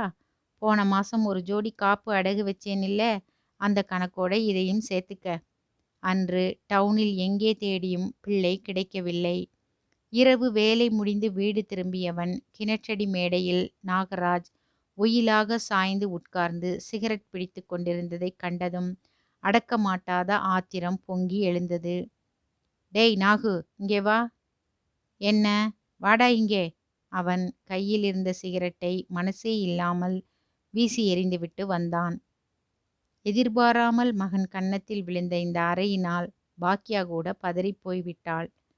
என்னங்க? என்னவா? ஏதோ வீட்டில் இருக்க சாமான்களை தூக்கிட்டு போய் அடமானம் வச்சிட்டு இருந்தவன் இன்னைக்கு அப்பன் உசிரையே வட்டி கடையில வச்சிட்டு பணம் வாங்கிட்டான். முழிக்கிறான் பாரு, முழுக்கோழிய முழுங்கினவன் மாதிரி. கொஞ்சம் புரியும்படியைத்தான் சொல்லுங்களேன். பாக்கியா தவித்தாள். நம்ம அருமை புதல்வன் ராவோட ராவா சேட்டு வீட்டுக்கு போய் கதவை தட்டி, எங்க அப்பா ஆக்சிடென்ட்ல போயிட்டாரு, பணத்தை எடுக்க பணம் இல்லைன்னு அழுதுருக்கான். சேட்டு பாவம், என் கூட பழகின தோஷம். அலறி அடிச்சிட்டு உடனே பணத்தை எடுத்து கொடுத்துட்டு விடிகாலையில புறப்பட்டு என் கருமாதியில கலந்துக்க வந்துட்டுருக்கான். என்னது? சைக்கிள்லே என்னை பார்த்த உடனே அவனுக்கு ஹார்ட் அட்டாக் வராதது தான் குறை. பதறிப் போய்விட்டான். அவன் கேட்கறான் உன்னை, நீ போயிட்டியானா? படுக்கையில கிடக்கிற உன் பொண்டாட்டி கதி என்னன்னு கலங்கிப் போயிட்டேன் நானா? நீ உசுரோட தான் இருக்கியான்னு. முண்டம். இன்னும் என்ன ஐடியா எல்லாம் பாக்கி வச்சிருக்க? மறுபடியும் அவன் தாடையில் இழுத்து ஒரு அறை. இப்ப இந்த மாதிரி சொல்லி பணம் வாங்கிடலாம் படவா? நிஜமாவே ஒரு நாள் நான் மண்டைய போட்டு வச்சேன்னா என்னை இழுத்து போட ஒரு நாதி இருக்காது. ஐயோ! அப்படிச் சொல்லா! பாக்யாவின் அரறல் கேட்டு நாராயணன் திரும்ப, அதை தனக்கு சாதகமாய் உபயோகப்படுத்திக் கொண்டு நாகராஜ் பீய்த்துக்கொண்டு ஓடிவிட்டான். பாக்யா, பாக்யா! நாராயணன் மனைவியை உலுக்க, அவள் பேச்சு மூச்சின்றிப் போக, டாக்டர் வந்து மயக்கம் தெளிந்த பின்னும் பேச்சு வரவே இல்லை. கதறி என்ன பயன்? பாக்யாவின் குரல் வளைக்கு அன்றோடு பெரிய பூட்டாக பூட்டியாகிவிட்டது. டாக்டர் நாராயணனை தட்டி கொடுத்துவிட்டு போய்விட்டார். எப்படியும் மூளையில் ஒரு பகுதி பாதிச்ச நோய் இன்னிக்கு இல்லைனாலும் என்னைக்காவது ஒரு நாள் அது பேச்சை கொண்டு போகத்தான் போறது. அது இன்னிக்கு இந்த அதிர்ச்சியில போகணும்னு இருக்கு. இன்னும் எத்தனையோ நீங்க சந்திக்க வேண்டி இருக்கு நானா? இதுக்கே கலங்கினா எப்படி? நாராயணன் அன்று முதலே தனது கலக்கத்தையும் கவலையையும் முகத்தில் காட்டாமல் மறைத்து கொண்டு வளைய வர பழகிவிட்டான். அதுவும் பாக்யாவின் முன் எப்போதும் சிரித்த முகம்தான், கலகலத்த பேச்சுதான். நீ பேச வேண்டியதையும் சேர்த்து வைத்து நான் பேசுகிறேன் பார் என்கிற தீர்மானத்துடன் பேசுவான். சீதாவிடம் கூட அவன் அந்த நம்பிக்கை இழையோடும் குரலில்தான் சொல்கிறான். எப்படியும் என் பாக்யா தன்னோட கடைசி மூச்சு நிக்கிறதுக்குள்ள என்கிட்ட பேசுவாங்கிற நம்பிக்கை எனக்கு இருக்கு. சீதா தனிவான குரலில் கேட்கிறாள். இப்படி ஒரு நிலைமையில இருக்கிறவங்களை விட்டுட்டு எப்படி நானா நீங்க வேலைக்கு வர்றீங்க? நீங்க அங்கே இருக்கிற நேரத்துல அவங்களுக்கு ஏதாவது ஆயிடுச்சுன்னா? பேசப்படாது. அதெல்லாம் நான் இல்லாம அவ ஒரு அங்குலம் கூட நகரமாட்டா. அவளுக்கு என்னை விட்டு தனியா எங்கேயுமே போக தெரியாது. நீங்க வேற. இதை சொல்லும்போதே நாராயணனுக்கு தொண்டை அடைக்கிறது. உதட்டை அழுந்த கழித்தபடி மூட்டு வலையை பார்த்தவாறு அவன் இதை சொன்னபோது சீதாவுக்கு ஏன் இதை கேட்டோம் என்று தோன்றுகிறது. அதே நேரத்தில் மனசுக்குள் சின்னதாய் ஒரு ஏக்கம். வாழ்ந்தால் இப்படி வாழ வேண்டும். அவள் அந்த வீட்டின் ஒவ்வொரு மூலையையும் தொட்டு தடவி பார்க்க, நாராயணன் இரு கைகளையும் மார்புடன் கட்டியவாறு அவளுடன் வருகிறான். நானா இந்த வீட்டை நான் வாங்கினாலும் நீங்க தான் வாடகைக்கு இருக்கணும். என்ன, நான் வந்தா எனக்கு ஒரு வேளை காப்பியோ டிஃபனோ கொடுக்க மாட்டீங்களா என்ன? என்ன அப்படி கேட்டுட்டீங்க? வடை பாயாசத்தோட சமைச்சே போடுவேன். சீதா கிளம்பும்போது பாக்யாவின் கையை பிடித்து கொண்டு தழுதழுத்த குரலில் சொல்கிறாள். இங்கே இருக்கிற வரைக்கும் அடிக்கடி நான் உங்களை பார்க்க வருவேன். என்னால் உங்களுக்கு ஒரு தொந்தரவும் இருக்காதுன்னு நினைக்கிறேன். சேச்சே, நீங்க என் கூட பிறக்காத தங்கை மாதிரி. தாராளமா எப்ப வேணும்னாலும் வரலாம், போகலாம். ஆனா ஒரே ஒரு வேண்டுகோள். ராத்திரி 9 மணிக்குள்ள வீட்டுக்கு அனுப்பிடுங்க. நானாதான் கீச்சு குரலில் பாக்யா பேசுவது போல பேசுகிறான். இது ஒரு நிமிஷம் திகைத்து சீதா கலகலவென சிரிக்கிறாள். ஓ! நாராயணன் பாக்யாவின் கரத்தை பிடித்து அழுத்தி தான் கிளம்புவதாக தெரிவிக்க, அடுத்த சில நிமிஷங்களில் காரை கதவை திறந்து கொண்டு ஏறிய சீதாவின் முன் ஒரு கரம் நீள்கிறது. அவள் நிமிர்ந்து பார்க்கிறாள். நாகராஜன்தான். அவன் கையில் அவளது பழைய புகைப்படம். சீதா அவனை ஏறிட்டு பார்க்கிறாள். என் போட்டோ எப்படி இங்கே வந்தது? நாகராஜ் தன் அப்பாவின் பக்கம் அர்த்த புஷ்டியுடன் ஒரு பார்வை பார்க்கிறான். ஏன், எங்க அப்பா உங்களோட பழைய வீட்டில்தான் குடியிருக்கிறதா மட்டும்தான் சொன்னாரா? இதே வீட்டுல உங்களுக்கும் அவருக்கும் நிச்சயதார்த்தம் வரைக்கும் வந்த கல்யாணம் பாதியில் நின்று போனதை சொல்லலையா? சீதா அதிர்ந்து போனவளாய் நாராயணனையும் நாகராஜனையும் மாறி மாறி பார்க்கிறாள். ஒரு கணம் ஒன்றுமே புரியவில்லை. கன்னத்தில் யாரோ ஓங்கி அடித்தாற் போல இருக்கிறது. என்ன சொல்கிறான் இவன்? ஒருவேளை கஞ்சா போதையில் கண்டபடி பிதற்றுகிறானோ? நாராயணன் அவன் கையில் இருந்த புகைப்படத்தை பிடுங்கிக் கொண்டு அவனை கழுத்தில் கை கொடுத்து அப்பால் தள்ளுகிறான். காலையில சைக்கிள் போனதுக்கே நான் உனக்கு தரவேண்டிய மண்டகப்படிய தரலை. ஒளியெட்டும் சனியன்னு விட்டா தலைக்கு மேலேயே ஏறி உட்கார்ற. அம்மா, அவன் அப்படித்தான் ஏதாவது கலாட்டா பண்ணுவான். நீங்க இதையெல்லாம் கண்டுக்காதீங்க. வண்டியை கிளப்புங்க. சீதா தயங்கியபடியே காரை கிளப்புகிறாள். நாகராஜுக்கு நெஞ்சு மட்டும் ஆத்திரம். முதல் நாளிரவு தன்னை சீதாவின் கணவன் ராமச்சந்திரன் வண்டியில் தூக்கி போட்டுக்கொண்டு கெஸ்ட் ஹவுஸுக்கு வந்ததையும், நாராயணன் பெற்ற பிள்ளை என்று கூட பாராமல் தன்னை தூக்கி வெளியில் போட்டதையும் பங்களாவின் காவலாளி சொல்லக் கேட்டவனுக்கு உடம்பே பதறியது. அது எப்படி புதுசாய் வந்த மனுஷங்க முன்னாலே என்னை அவமானப்படுத்தலாம்? திமிரு, அத்தனை திமிரு. பூலோகத்திலேயே இவர்தான் சத்தியசந்தன்னு நினைப்பு. இந்த கோபத்துடன் நேரே விடிகாலையில் வீட்டுக்கு வரவேண்டியவன் நள்ளிரவே ஒரு ராலியை பிடித்து கிராமத்துக்கு வந்து இறங்கினான். நாராயணன் அன்றைக்கு பார்த்து இரும்பு கதவை திறந்து உள்ளே நுழைந்தவன் மறுபடியும் பூட்ட மறந்துவிட்டான். அவன் வந்து சேர்ந்த 2வது மணி நேரமே மகனும் பூனை போல் உள்ளே நுழைந்தாயிற்று. தகப்பனின் கண்களுக்கு படாமல் படுக்கப் போனவன் உள்ளிருந்து வந்த பேச்சுக்குரலில் சற்று தயங்கி நின்றான். எப்பொழுதுமே அந்த வீட்டில் இரவு நேரத்தில் அப்பாவின் குரல் மட்டும் ஓங்கி ஒலிப்பது அவனுக்கு தெரியும். பைத்தியக்கார மனுஷன், என்னத்துக்கு ஒண்டியா புலம்புறான்? ஒருவேளை போட்டுட்டு வந்திருப்பானோ? யாரு கண்டது? ஆரம்பத்தில் இப்படித்தான் நினைத்தான் அவன். ஆனால் காது கொடுத்து கேட்டபோதுதான் தற்சமயம் டவுன் பங்களாவில் வந்து தங்கியிருப்பவள் தன் அப்பாவுக்கு வாழ்க்கைப்பட்டிருக்க வேண்டியவள் என்கிற உண்மை புரிந்தது. அப்பாவிற்கு ஏற்கனவே ஒரு பெண்ணை பார்த்து நிச்சயித்ததும், அந்த பெண் மறுத்ததால் அக்கல்யாணம் நின்றதும் தாத்தா சொல்ல கேட்டிருக்கிறான். தற்சமயம் இருக்கும் வீடு ஒரு காலத்தில் அந்த பெண்ணின் சொந்த வீடு என்பதை அம்மா சொல்ல கேள்விப்பட்டிருக்கிறான். என்னை மாதிரி ஒரு கையாலாகாத பொண்ணை கட்டிட்டு காலம் முழுக்க அவதிப்படணும்னு உங்க அப்பா தலையில எழுதியிருக்கு. இதுவே முதல்ல நிச்சயம் பண்ணின பொண்ணை கட்டியிருந்தா சந்தோஷமா இருந்திருப்பாரோ என்னவோ. ஒரு விதத்துல பார்க்க போனா அந்த பொண்ணு கொடுத்து வச்சவ. இல்லைன்னா சொந்த வீட்டிலேயே குடியிருக்க வேண்டிய நிலைமை வந்தா அவளாலே அந்த அதிர்ச்சியை தாங்கியிருக்க முடியுமா? ஏறு பிடிச்சவன் என்ன செய்வான்? பானை பிடிச்சவ பாக்கியசாலின்னு வசனம் சொல்லுவாங்க. நான் பேரில் தான் பாக்கியத்தை சுமந்திருக்கேன். ஜாதகத்தில் 0. இல்லைன்னா பங்களாவும் காருமா வாழ்ந்த உங்க அப்பா இன்னைக்கு சொந்த பங்களாவிலேயே கரண்டி பிடிக்க வேண்டிய நிலைமை வந்திருக்குமா? அவ வந்திருந்தா இந்த வீட்டை கூட திரும்ப வாங்கியிருப்பாளா இருக்கும். படுக்கையில் படுத்த காலத்தில் பாக்கியா வாயோயாமல் புலம்பியதை ஒருவித அலட்சியத்துடன் அவன் கேட்டுக்கொண்டிருந்தான். போதாக்குறைக்கு ஒரு முறை பணத்துக்காக பெட்டியை குடைந்தபோது அந்த புகைப்படம் அகப்பட்டது. பணம் கிடைக்காத ஆத்திரத்தில் அதை தூக்கி தாயின் முகத்தில் எறிந்து கத்தினான். என்னமோ புருஷன் புருஷன்னு அலட்டிப்பியே. இத பாரு, உனக்கு தெரியாம எவளோ ஒருத்திய வச்சிட்டு இருக்கார். இல்லைன்னா அந்த கெஸ்ட் ஹவுஸ்ல யாரும் வந்து தங்காதப்ப கூட இவர் ஏன் விழுந்தடிச்சிட்டு ஓடறார்? நான் அந்த பக்கம் போனாலே சொறி நாயை விரட்டி அடிக்கிற மாதிரி இல்ல துரத்துறார். இப்ப பாத்தியா? பொண்ணு எப்படி நல்லாத்தான் செலக்ட் பண்ணி இருக்காரு. பாக்கியா அவன் முகத்தில் தூவென காரி துப்பினாள். அது அவருக்காக முதல்ல நிச்சயம் பண்ணின பொண்ணோட போட்டோடா முண்டம். அன்னைக்கு நிச்சயதார்த்தம் நின்னதுக்கு அப்புறம் போட்டோ உங்க தாத்தா கிட்டேயே தங்கி போச்சு. இன்னொருத்தன் பெண்டாட்டி போட்டோவை நீங்க எதுக்கு எடுத்து வச்சிட்டு இருக்கீங்கன்னு உங்க அப்பா தாத்தா கிட்டே இருந்து பிடுங்கி வச்சிட்டார். மறுபடியும் அந்த பொண்ணை என்னைக்காவது ஒரு நாள் பார்க்கிற சந்தர்ப்பம் வரும். அப்ப கொடுத்துடணும்னு இருக்கார். எடுத்து உள்ள வைடா.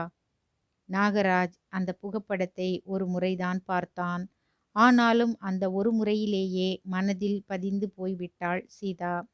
சீதா என்றில்லை, எந்த பெண்ணை பார்த்தாலும் அவன் மனசில் ஒரு பக்கம் ஸ்திரமாக அவளுக்கென்று ஒரு இடம் போட்டு விடுவான். அப்படி ஒரு குணம். ரொம்ப நாளாக ஆசை உண்டு. ஒரு முறை பம்பாய் போய் அங்கிருக்கிற சிகப்பு விளக்கு பகுதிகளை எல்லாம் ஒரு அலசு அலசி விட்டு வரவேண்டுமென்று. முதல் நாள் இரவு அப்பாவின் பேச்சிலிருந்தே தன் எதிர்கால கனவு வெகு சீக்கிரம் நிறைவேறப் போவதாக தீர்மானித்து விட்டான் அவன். காலையில் நாராயணனுக்கு முன் சைக்கிளை எடுத்துக்கொண்டு போய் விற்று அந்த பணத்தில் 2 இழுப்பு மால் இழுத்துவிட்டு வந்து படுத்தவன் தெளிந்து எழுந்தபோது சீதாவே அவன் வீட்டில் அவன் எதிரில். காரில் ஏறுகிற வரையில் சீதாவிடம் அப்பா இது பற்றி ஒன்றுமே பேசாதது வேறு எரிச்சலை கிளப்பியது. அருமையான சந்தர்ப்பம் கிடைத்திருக்கிறது. அப்பா எதிர்த்தாலும் தான் விடப்போவதில்லை. போட்டோவை காண்பித்தே அந்த பெண்ணிடமிருந்து எவ்வளவு பணம் பிடுங்க முடியுமோ பிடுங்கிவிட வேண்டியதுதான்.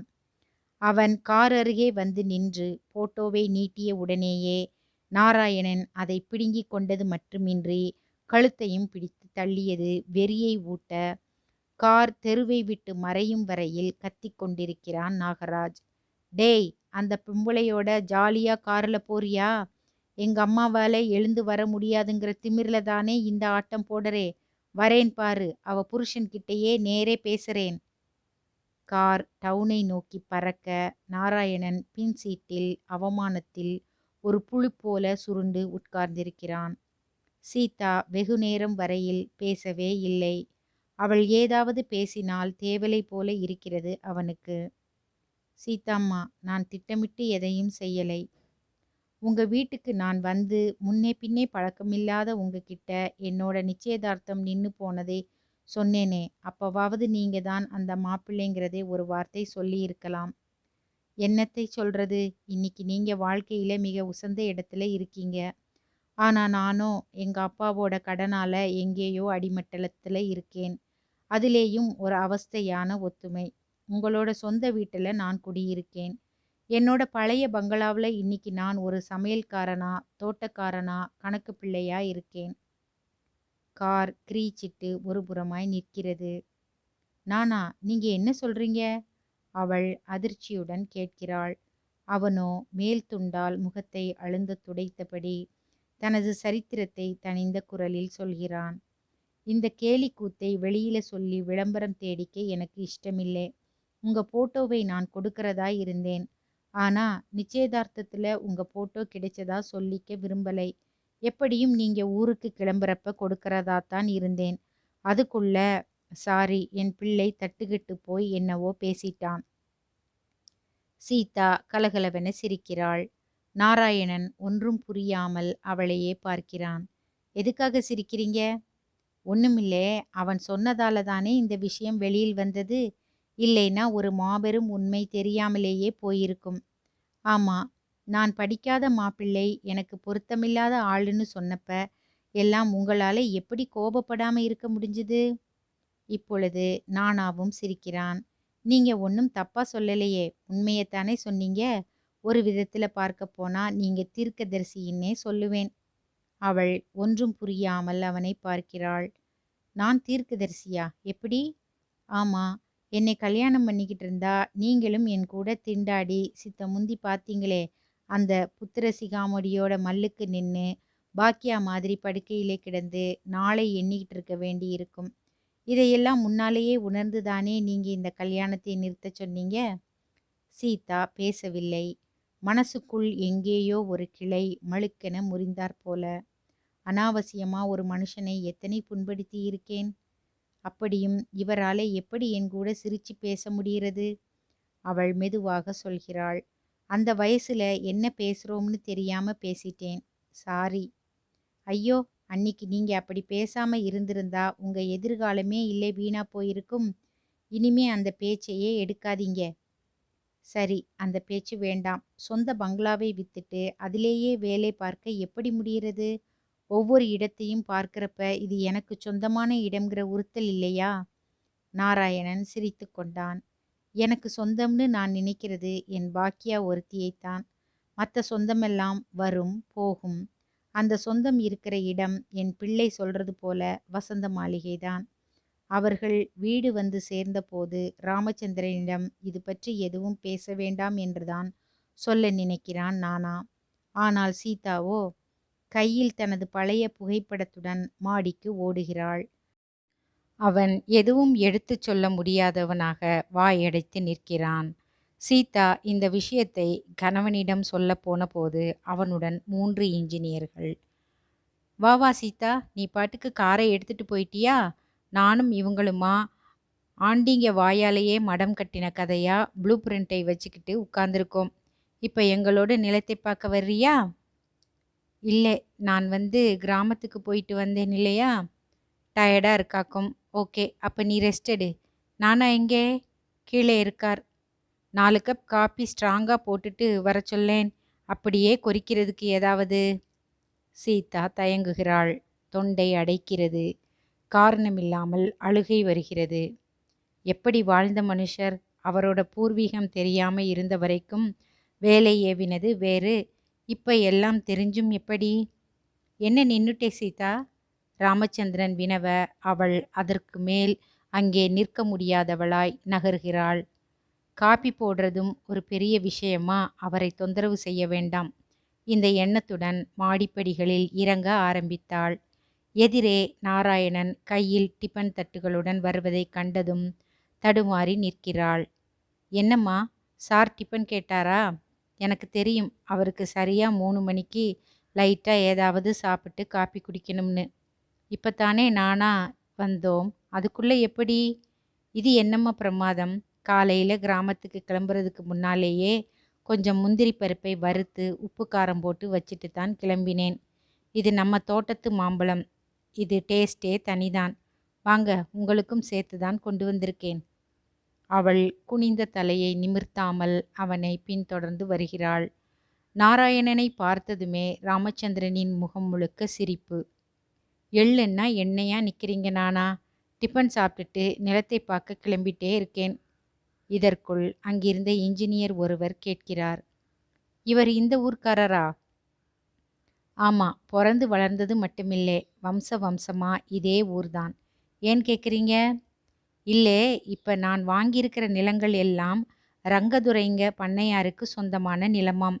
அத்தனையையும் கடன் தொல்லை தாங்க முடியாம அவர் மகன் நாராயணமூர்த்திங்கிறவர் வித்திருக்காரு. பையன் ஒருத்தன் கையெழுத்தும் இருக்கு. Minor property. நாளைக்கு கோர்ட்ல கேஸுன்னு வந்தா கஷ்டமாச்சேன்னு இன்ஜினியர் சொல்றாரு. இப்ப இந்த நிலங்கள் எல்லாம் 3 கை மாறியாச்சு. உங்களுக்கு அந்த குடும்பத்தை தெரியுமோ? நாராயணன் டிபன் தட்டுகளை எடுத்து கொடுத்தபடியே சொல்கிறான். ரொம்ப நல்லாவே தெரியுங்க. அந்த ரங்கதுரைக்கு பிதுரார்ஜிதமா வந்த நிலம் கொஞ்சம்தான்.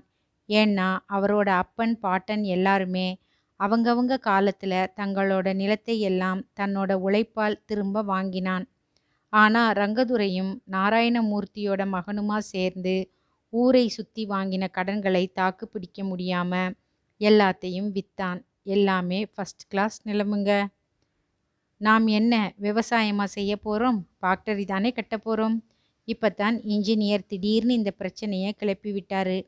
மைனர் சொத்தை வாங்கியிருக்கிறீங்களேன்னு. எல்லாம் அப்பங்காரன் சம்பாதிச்சதுங்க. ரங்கதுரையும் அவர் பேரனும் வெறும் வெத்து வேட்டு பேர்வழிங்க.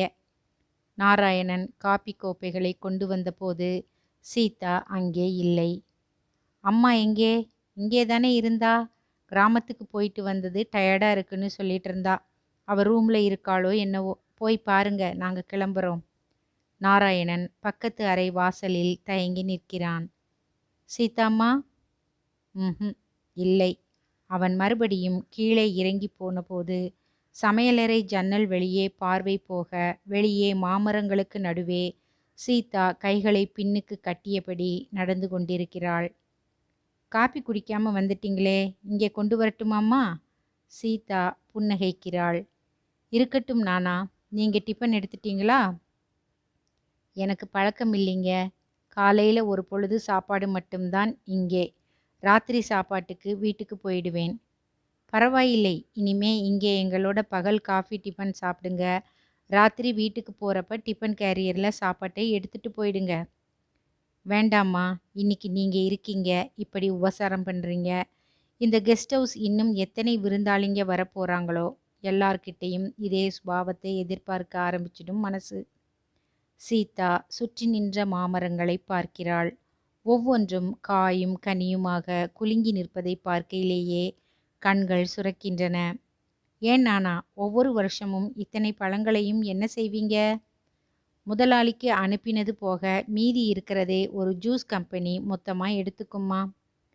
நீங்கள் வீட்டுக்கு 4 பழம் எடுத்துட்டு போங்க. எதுக்கு? எல்லாம் ஒரு காலத்தில் வேண்டியது சாப்பிட்டாச்சு. மேலும் பாக்கியாவாலே ஒரு துண்டு பழம் கூட சாப்பிட முடியாது. அவ தினமும் பாலும் கஞ்சியும் குடிச்சிக்கிட்டு இருக்கிறப்ப நான் 2 வேளை சோறு சாப்பிடுறதே ரொம்ப அநியாயம். இது கூட சாப்பிடலைன்னா உங்க பாக்கியாவை எப்படி நீங்க காப்பாத்த முடியும்? இப்ப சொன்னீங்களே, அது 100க்கு 100 உண்மை. பாக்கியாவை இருக்கிற மட்டும் நல்லபடியா கவனிச்சுக்கணுங்கிறதுக்காகத்தான் 2 வேளை சோறே சாப்பிடுறேன். ஒரு மனுஷன் உயிர் வாழ இது போதும். மாம்பழம், கொய்யாப்பழமெல்லாம் ருசிக்காக சாப்பிடுறது தான், பசிக்காக இல்ல. அன்றிரவு ராமச்சந்திரன் சீக்கிரமே வீடு திரும்பினாலும், இன்ஜினியர்களுடன் பேசி பேசி இரவு படுக்க வரும்போது மணி 12. சீதா அவன் வருகைக்காக காத்திருக்கிறாள். "நீ இன்னுமா தூங்கலே?" "இல்ல, தூக்கம் வரலே. பேசி முடிச்சிட்டீங்களா? நல்லா இருக்கே, இப்பத்தானே ஆரம்பிச்சிருக்கோம். இன்னும் ஃபேக்டரி கட்டி முடிக்கிற மட்டும் நிற்க நேரம் இருக்காது." அவள் அவன் படுத்தவுடன் மெல்ல கேட்கிறாள். "ஏங்க, இப்ப உங்களுக்கு சொந்தமானது எத்தனை?" "புரியல." "உங்களோட சொந்தம்னு எதை நீங்க நினைக்கிறீங்க?" "இது என்ன கேள்வி? உனக்கு தெரியாதா? 4 ஃபேக்டரி, ஒரு டீ எஸ்டேட், ஹைதராபாத், பாம்பே, பெங்களூர், மெட்ராஸ்லே பங்களா, இப்ப 200 ஏக்கர் நிலம்." "ஏன், எதுக்கு கேட்குறே?"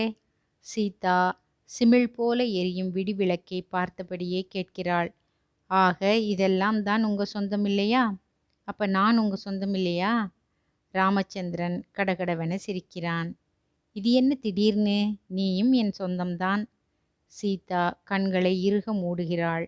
கண்களுக்குள் நானாவும் பாக்யாவும் வந்து நிற்கிறார்கள். சீதா ஒவ்வொரு வினாடியும் ஆச்சரியப்பட்டு போகிறாள்.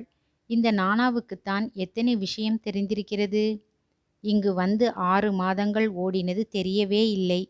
ராமச்சந்திரன் பாட்டுக்கு அவன் வேலையை கவனிக்க, சீதா நானாவுடன் பக்கத்து கிராமங்களில் இருந்த கோவில்களுக்கெல்லாம் போய் வருகிறாள். அம்பாள் சந்நிதியில் அவன் பாடிய கீர்த்தனையை கேட்டு பிரமித்து நிற்கிறாள். "இவ்வாறு நல்லா பாட எங்கே கத்துக்கிட்டீங்க?" "பாக்கியாதான் எனக்கு குரு. அவகிட்ட கத்துக்கிட்டது தான் பாட்டு, சமையல் எல்லாமே." "எனக்கு 2 பாட்டு சொல்லித்தாங்களேன்." நாராயணன் வெட்கமும் லஜ்ஜையுமாய் அவளுக்கு பாட்டு சொல்லிக் கொடுத்து, சீதா அந்த பாட்டுகளை பாக்யாவின் எதிரே பாடி, "எப்படி இருக்கு? உங்க வீட்டுக்காரர் தான் சொல்லிக் கொடுத்தார். பாட்டு மட்டும் இல்லே, ஆவக்காய் ஊறுகாய் எப்படி போடுறதுங்கிறதுலேருந்து துளசி பூஜை எப்படி செய்யறதுங்கிற வரைக்கும் எல்லாமே நானாதான்."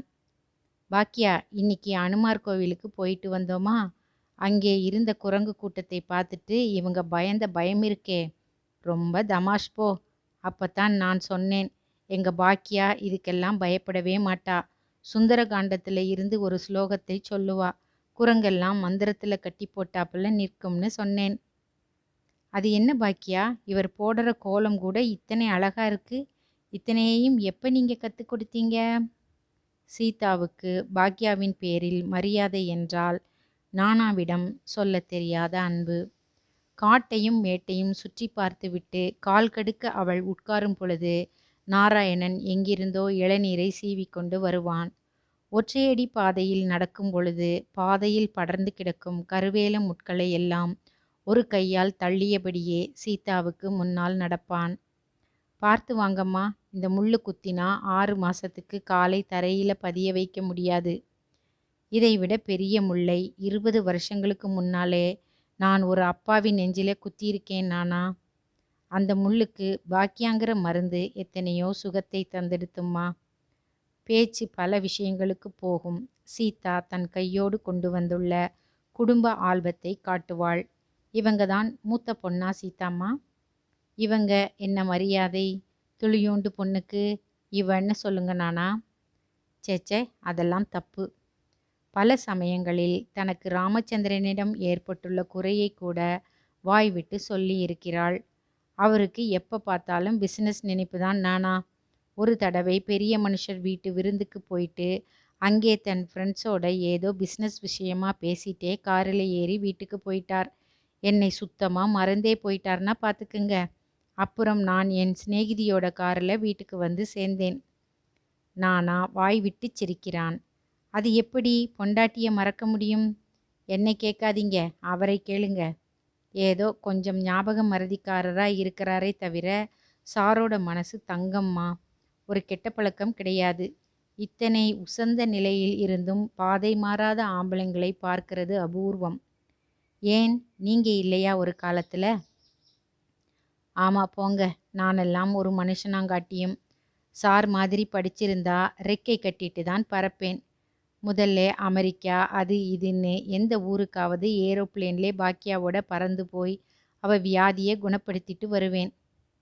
பேச்சு எத்தனைதான் சுற்றி சுற்றி வந்தாலும் கடைசியில் பாக்கியாவிடம் வந்து நிற்பதை கவனிக்க தவறவில்லை அவள்.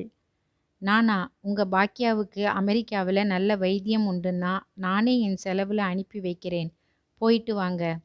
நீங்க வேற, இப்பவே தினமும் என் பிள்ளை கிராமத்து ஜனங்க கிட்ட எல்லாம் உங்களையும் என்னையும் பற்றி வாய் கூசாம பேசிட்டு திரியறான். போகட்டும், குழந்தைதானே. குழந்தை ஊர் முழுக்க பெத்த அப்பனை பற்றியும் மதிப்புக்கும் மரியாதைக்கும் பாத்திரமான இன்னொரு பெரிய மனுஷரோட சம்சாரத்தை பற்றியும் பேசிட்டு திரியாது. விட்டு தள்ளுங்க. என் கணவர் இதையெல்லாம் ஒரு பெரிய விஷயமா எடுத்துக்க மாட்டார். அவருக்கு என்னை பற்றி தெரியும், பாக்கியாவுக்கு உங்களை பற்றி தெரியும். சின்ன ஊரானதாலே இதெல்லாம் சகஜம்தான். சீதா அலட்சியமாக சொன்னாலும் பின்னால் நடந்த சம்பவம் சீதாவை என்ன சுற்று வட்டார ஜனங்களையே ஒரு கலக்கு கலக்குவதாய்த்தான் அமைந்துவிட்டது. அன்று காலை முதலே நாகராஜ் அடிபட்ட புலி மாதிரி உருமிக் கொண்டிருக்கிறான். கையில் பணம் இல்லாததால் அம்மாவுக்காக வாங்கி வைத்திருந்த புது மருந்து பாட்டிலை கொண்டு போய் திரும்பவும் மருந்து கடையிலேயே கொடுத்து விட்டான். நேத்து தானே உங்க அப்பா வாங்கிட்டு போனார்? வாங்கிட்டு வந்தார். இனிமே இந்த மருந்து வேண்டாம்னு டாக்டர் சொல்லிட்டார். என்னப்பா இது, 10 வருஷமா இந்த மருந்தைத்தான் உங்க அம்மாவுக்கு டாக்டர் எழுதி கொடுத்துட்டு இருக்காரு. நானும் உங்க அம்மாவுக்காக மட்டுமே இந்த மருந்தை வரவழைச்சிட்டு இருக்கேன். திடுதிப்புன்னு டாக்டர் நிறுத்த சொல்லிட்டாருன்னா எப்படி? அவ்வளவுதான் கதை முடிய போறதுன்னு அர்த்தம். கடைக்காரர் அவனையே சிறிது நேரம் உற்று பார்க்கிறார். பிறகு மருந்து பாட்டிலை தூக்கி கண்ணாடி அலமாரிக்குள் பத்திரமாய் வைத்துவிட்டு அவனை பார்த்து புன்னகைக்கிறார். பில் எங்கே தம்பி? பில்லா எதுக்கு? பணத்தை நாங்க திரும்ப கொடுக்கிற மாதிரி பில்லை நீங்க திருப்பி தர வேண்டாமா? பில்லை அப்பா எங்கே வச்சாரோ அப்பா அவரையே வர சொல்லுங்க, பணத்தை திருப்பி கொடுக்கிறேன். என்னை நீங்க நம்பலே, அப்படித்தானே? உங்களை பற்றி நல்லா தெரிஞ்ச எவருமே உங்களை நம்ப மாட்டாங்க தம்பி. அவ்வளவுதான். பதை பதைக்கும் வெயிலில் நேரே கெஸ்ட் ஹவுஸுக்கு வருகிறான். பங்களாவில் சீதாவையும் நாராயணனையும் தவிர வேறு யாரும் இல்லை. சீதா ஹாலில் அமர்ந்து பத்திரிகை படித்து கொண்டிருக்கிறாள். நாராயணன் 3 மணிக்கு வீடு திரும்பும் ராமச்சந்திரனுக்காக பஜ்ஜி போடுவதில் ஈடுபட்டிருக்கிறான். உருளைக்கிழங்கு, வெங்காயம் ரெடி. வாழைக்காய் மட்டும் தோட்டத்திலிருந்து நறுக்கிட்டு வரணும்.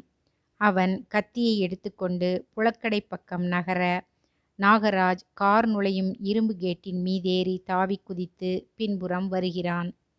எதிர்பாராமல் மகனை பார்த்ததில் நாராயணனுக்கு ஏகப்பட்ட அதிர்ச்சி. இங்கே எங்கேடா வந்தே? ஏண்டா, மெடிக்கல் கடை ஆள்கிட்ட கூட என்னை பற்றி தாறுமாறா சொல்லி வச்சிருக்கியா? நாராயணன் ஒரு கணம் ஒன்றும் புரியாமல் ஸ்தம்பிக்கிறான். மெடிக்கல் கடை ஆள்கிட்டையா? என்ன உளறே? உளறலே, நேத்து வாங்கின மருந்தோட பில்லெங்கே? சட்டென புரிந்துவிட்டது நாராயணனுக்கு. மகனை பற்றி அவன் அறியாததா? கையில் இருந்த கத்தியை துவைக்கிற கல் மீது வைக்கிறான். ஏண்டா, ஆட்டை கடிச்சு மாட்டை கடிச்சு கடைசியில் பெத்த தாயோட உசுருக்கே உலை வைக்க வந்துட்டியாடா? உன்னை என்ன செஞ்சா தகும்? அவன் மகனின் சட்டையை கொத்தாக பிடிக்க நாகராஜோ பங்களாவே கிடுகிடுக்கும்படி கூச்சல் போடுகிறான். டேய், பெத்தவனாச்சே இன்னு பார்க்கிறேன். இல்லைன்னா நீயும் இந்த வீட்டில் இருக்காளே பணக்கார சீமாட்டி, அவளும் நடத்துகிற கள்ளக்காதலை டவுன் மார்க்கெட் வாசல்ல நின்று அம்பலப்படுத்துவேன். பில்லை எடு, இல்லே பணத்தை கொடு. என்கிட்ட ஒத்தை ரூபா கூட கிடையாது. ஏன், உன் காதலி கொடுக்கலையா? அவளை கேட்டு வாங்கித்தா. குரல் கேட்டு சீதா பத்திரிகையை தூக்கி எறிந்துவிட்டு புழக்கடை பக்கம் ஓடி வருகிறாள். நானா, என்ன சத்தம் அங்கே? நீங்க உள்ளே போங்கம்மா, நான் இவனை கவனித்து அனுப்பிட்டு வந்துடுறேன். சீதா தயங்கியபடி உட்கப்பக்கம் காலெடுத்து வைக்க நாகராஜன் அவளை பார்த்து எக்காலமிடுகிறான். ஓஹோ, இந்த ஆளு சொல்கிறபடியெல்லாம் ஆடுற அளவுக்கு மோகம் தலைக்கேறிடுச்சோ? ஏன் மேடம், இவருக்கு இந்த ஸ்பெஷல் டியூட்டிக்காக எவ்வளவு சம்பளம் பேசியிருக்கீங்க? சீதா நடுக்கத்துடன் அவனை பார்க்க நாராயணனுக்கு தாங்க முடியவில்லை. ஏண்டா, பெத்தவ மருந்தைத்தான் விற்க துணிஞ்சிட்டேன்னா மற்றவங்க மானத்தையுமா சந்தியில் இழுக்கிற? உன்னை இனிமே விட்டு வைக்கிறதே பிசகு. சாகுடா, செத்து ஒளி. எனக்கு ஒரு மகனே பொறக்கலைன்னு நிம்மதியா இருக்கேன். நாராயணனுக்கு எங்கிருந்துதான் அத்தனை ஆத்திரம் வந்ததோ, துவைக்கும் கல்லின் மீதிருந்த கூரான கத்தியை எடுத்து மகன் வயிற்றில் ஆழமாய் பாய்ச்சி விட்டான். நானா? சீதா தன்னை மறந்து கத்துகிறாள். நாராயணன் திகைத்து நிற்கிறான். இரத்த வெள்ளத்தில் தரையில் கிடந்த மகனையே வைத்த கண் வாங்காமல் பார்க்கிறான். ஐயோ, இவன் அம்மாவுக்கு நான் என்ன பதிலை சொல்லப் போறேன்? பாவி, என் கையாலேயே என் மகனை கொன்னுட்டேனே. அந்த நேரத்தில் சீதா மின்னலென செயல்படுகிறாள். நானா, தயவு செஞ்சு மறுபடியும் இந்த வார்த்தையை சொல்லாதீங்க. போலீஸ் உங்களை அழைச்சிட்டு போயிட்டால் பாக்யாவோட நிலைமை என்ன? அவன் திகைத்து நிற்கிறான். நாராயணன் மகன் செத்துட்டான். ஒரு நிமிஷத்தில் டவுன் முழுக்க அந்த செய்தி காட்டுத்தீ போல பரவிவிட்டது. போலீஸும் வேனும் கும்பல் கும்பலாய் மனிதர்களும். எங்கேயோ இன்ஜினியர்களோடு கட்டிட வேலையை கவனித்து கொண்டிருந்த ராமச்சந்திரன் போட்டது போட்டபடி ஓடி வருகிறான். என்ன சீதா இது? நம்ம நானாவா பிள்ளையை கொன்னான்? அவள் தீர்மானமாய் அழுத்தம் திருத்தமாய் சொல்கிறாள். அந்த பையன் அனாவசியமா அப்பா கிட்டே சண்டை போடுறதுக்காகவே வந்தான். நானா பஜ்ஜிக்காக வாழைக்காய் அறுத்துட்டு வர்றதுக்காக கொல்லை பக்கம் போனார். பிள்ளைக்கிட்ட எத்தனையோ சமாதானமாத்தான் பேசினார். அவன் கத்தியை பிடுங்கி அப்பாவையே குத்த வந்தான். நானா தன்னால முடிஞ்ச மட்டும் போராடினாரு. கத்தியை கூட பிடுங்கிட்டாரு. ஆனா அவன் விடாம போராடினதுல கத்தி எசகு பிசகா அவன் வயிற்றிலேயே பாஞ்சிடுத்து. நானா மேலே குத்தமே இல்லை. இதை கோர்ட்லே வந்தும் சொல்லுவீங்களாம்மா? இது இன்ஸ்பெக்டர். சீதா தெளிவாக சொல்கிறாள். தாராளமா சொல்லுவேன். இந்த சம்பவத்தை நேரில் பார்த்த சாட்சி நான் மட்டும்தான். அப்படி இருக்கிறப்ப ஒரு நிரபராதியை காப்பாற்ற இது கூட செய்யலைன்னா எப்படி? நாராயணனை போலீஸ் அழைத்து போகும்போதும் சீதா தான் அவனுக்கு தைரியம் அளிக்கிறாள். பயப்படாம போங்க நானா, பாக்கியாவை நான் கவனிச்சுக்கிறேன். ராமச்சந்திரன் நாராயணின் தோளில் தட்டுகிறான். எத்தனை பணம் செலவானாலும் நான் பார்த்துக்கிறேன் நானா. நீங்க இந்த பங்களாவை பராமரிக்கிற வேலையால் மட்டுமில்லை, இந்த பங்களாவுக்கே சொந்தக்காரரா ஒரு காலத்தில் இருந்தவங்கிறது எனக்கு தெரியும். அது மட்டுமில்லை, நான் வாங்கியிருக்கிற நிலமெல்லாம் உங்களுக்கு சொந்தமான நிலம்ங்கிறதும் தெரியும். சார், இதையெல்லாம் விடுங்க. என் ஒய்ஃபோட நல்ல சிநேகிதர் நீங்கள். நிச்சயதார்த்த சம்பவத்தை தூக்கி போடுங்க. இந்த 6 மாசத்துல நீங்கள் அவகிட்ட பழகுற தன்மையையும் அவ முகத்தில் ததும்பின சந்தோஷத்தையும் கண்கூடா பார்த்தவன். அந்த நல்ல நட்புக்காகவாவது நான் இதை செய்ய வேண்டாமோ? சீதா கணவனை கண்ணீர் மல்க பார்க்கிறாள். உங்களுக்கு இதை பற்றி யார் சொன்னாங்கன்னு தானே கேட்கிறே? செத்துப்போன நாகராஜ் ஏற்கனவே ஒரு நாள் இதை பற்றி என்கிட்ட சொன்னான். கல்யாணம் நிச்சயிக்கப்படுறதும் ஏதோ ஒரு காரணத்தினால நின்று போகிறதும் ரொம்ப சாதாரண விஷயம். ஒருத்தன் பொண்டாட்டியை இன்னொருத்தன் கட்ட முடியாதுங்கிறதும் நம்ம ஊர் பெரியவங்க சொல்கிற பழமொழி இல்லையா? நாராயணன் ராமச்சந்திரனின் 2 கரங்களையும் பிடித்து கண்களில் ஒற்றிக்கொள்கிறான். சீதா பாக்யாவை கவனிக்கச் செல்கிறாள். ஊர் பேச்சு என்ன? கோர்ட்டில் வக்கீல்கள் மாற்றி மாற்றி கேள்வியை கணையால் அவளை துளைத்த போது கூட கொஞ்சம் கூட பாதிக்கப்படாமல் நிமிர்ந்து நின்று பதிலளிக்கிறாள். உங்களுக்கு நாராயணனை ஏற்கனவே தெரியுமா? அவருக்கு என்னை தெரியும்.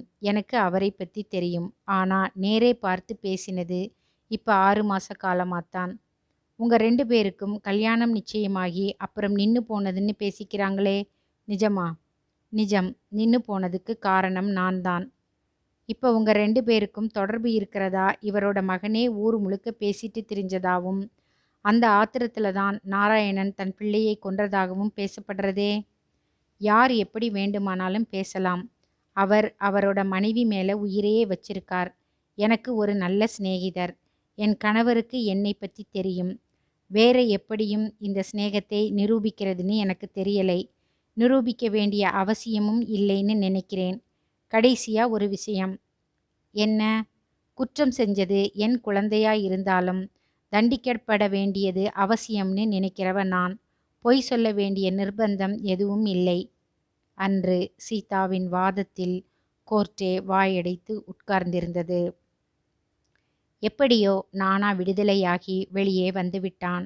கிராமத்து வீட்டுக்குள் அவன் அடியெடுத்து வைத்தபோது பாக்கியா உயிரை கையில் பிடித்து கொண்டு படுத்திருக்கிறாள்.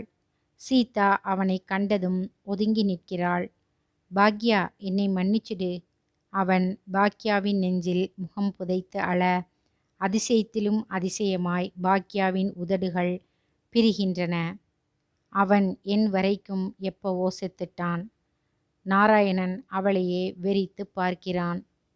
பாக்யா, பாக்யா, நீயா பேசினே? என் ராஜா. பாக்யாவின் கடைசி வார்த்தைகள்.